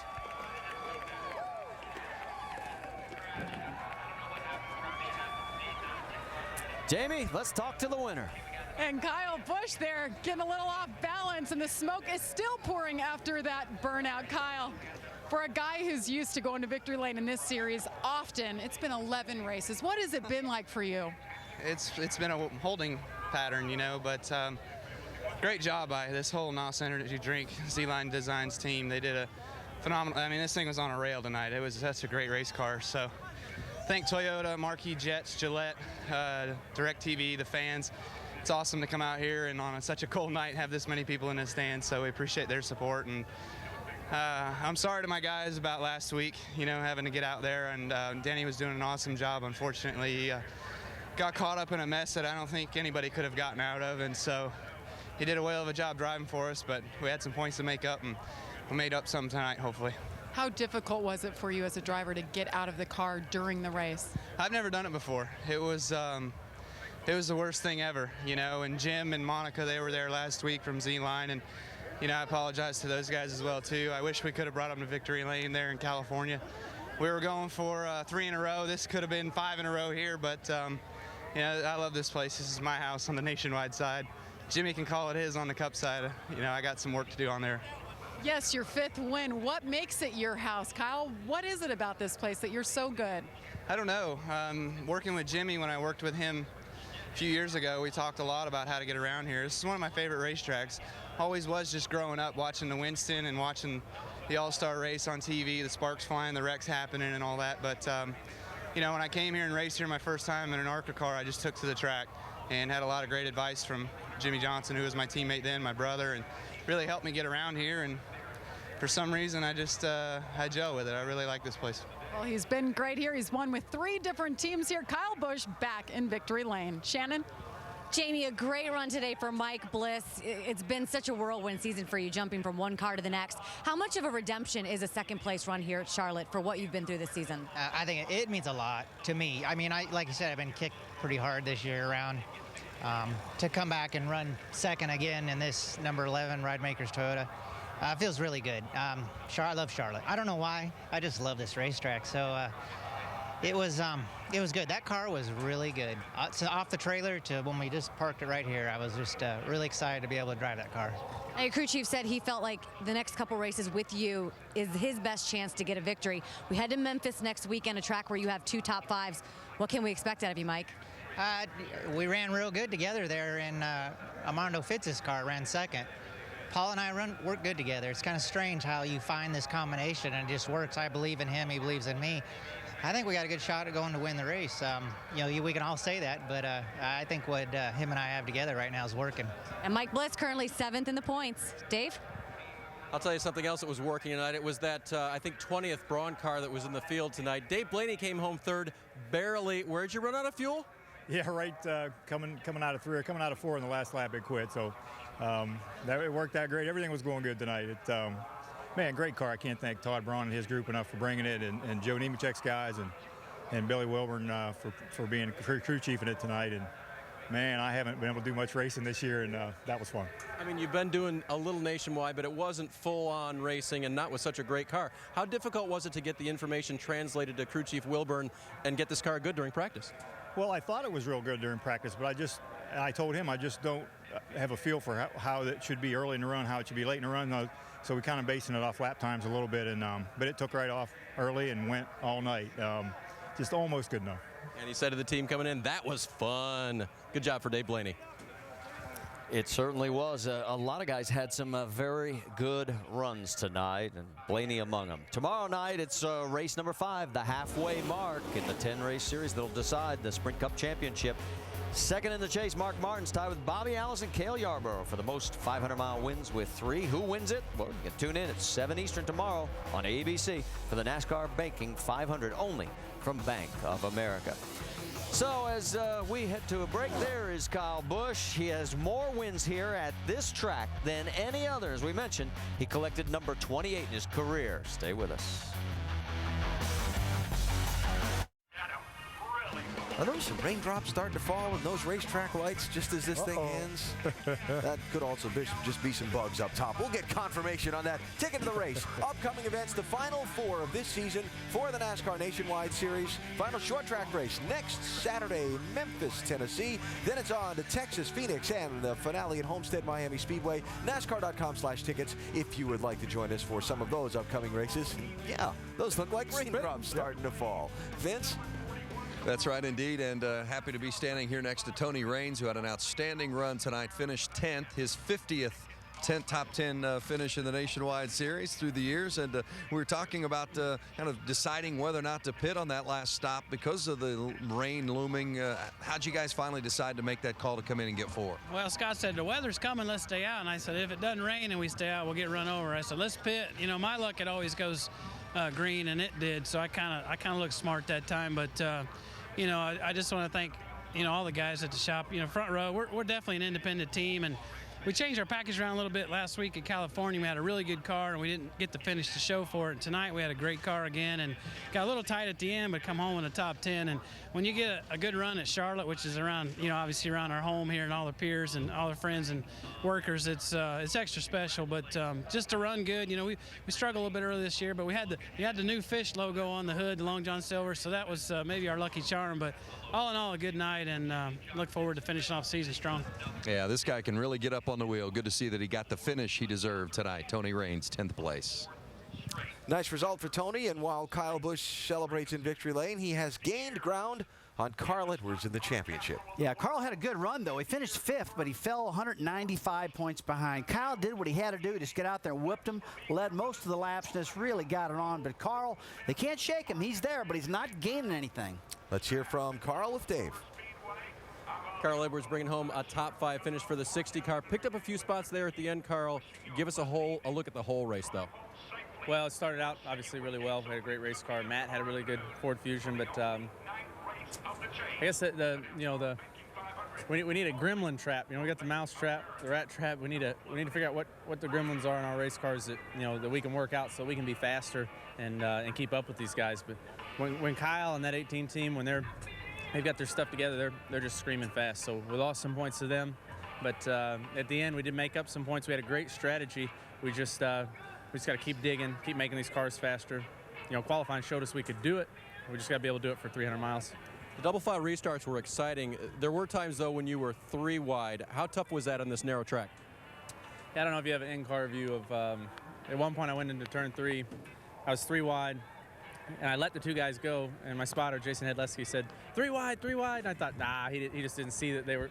And then 2 more guys went around me, and I thought, man, these guys are racing hard. So pretty exciting racing out there. I mean, that's really pretty fun. I mean, with the restrictor plates, you can't get away from people, but it leads to that kind of racing. So just wish we could have been a little faster with it. That makes it more fun. But you did bring the car home in one piece, a top 5 for Carl. And we did see that live on the air as Carl went 3 wide twice in a row, not necessarily by choice. And again, a 5th place run, and he trails by 195 points as the Nationwide Series heads on to Memphis.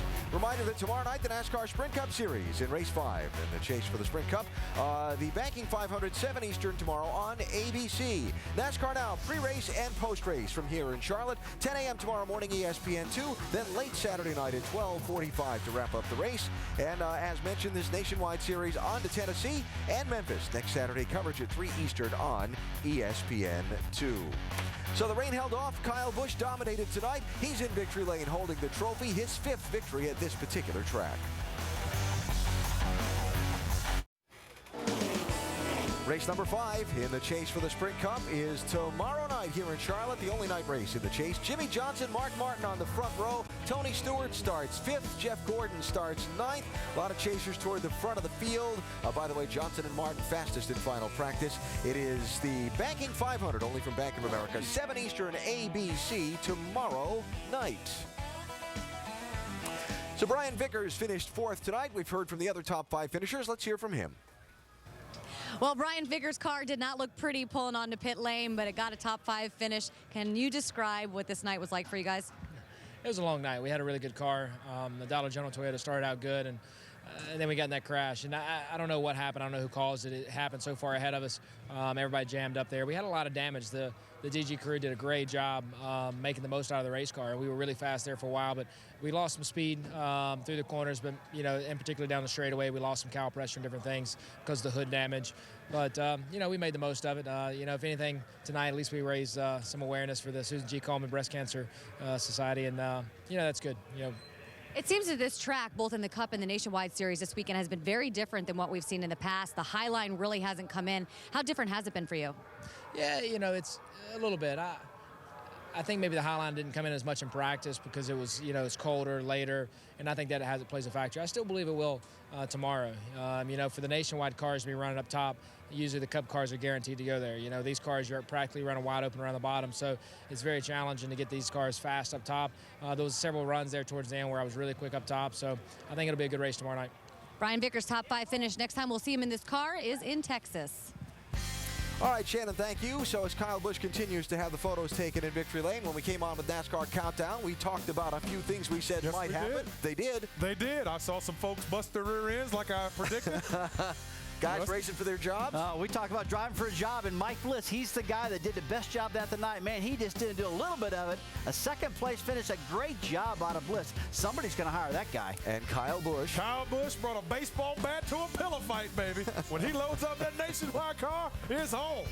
Kyle Busch has now led 41% of the Nationwide Series laps this season. He is in Victory Lane again.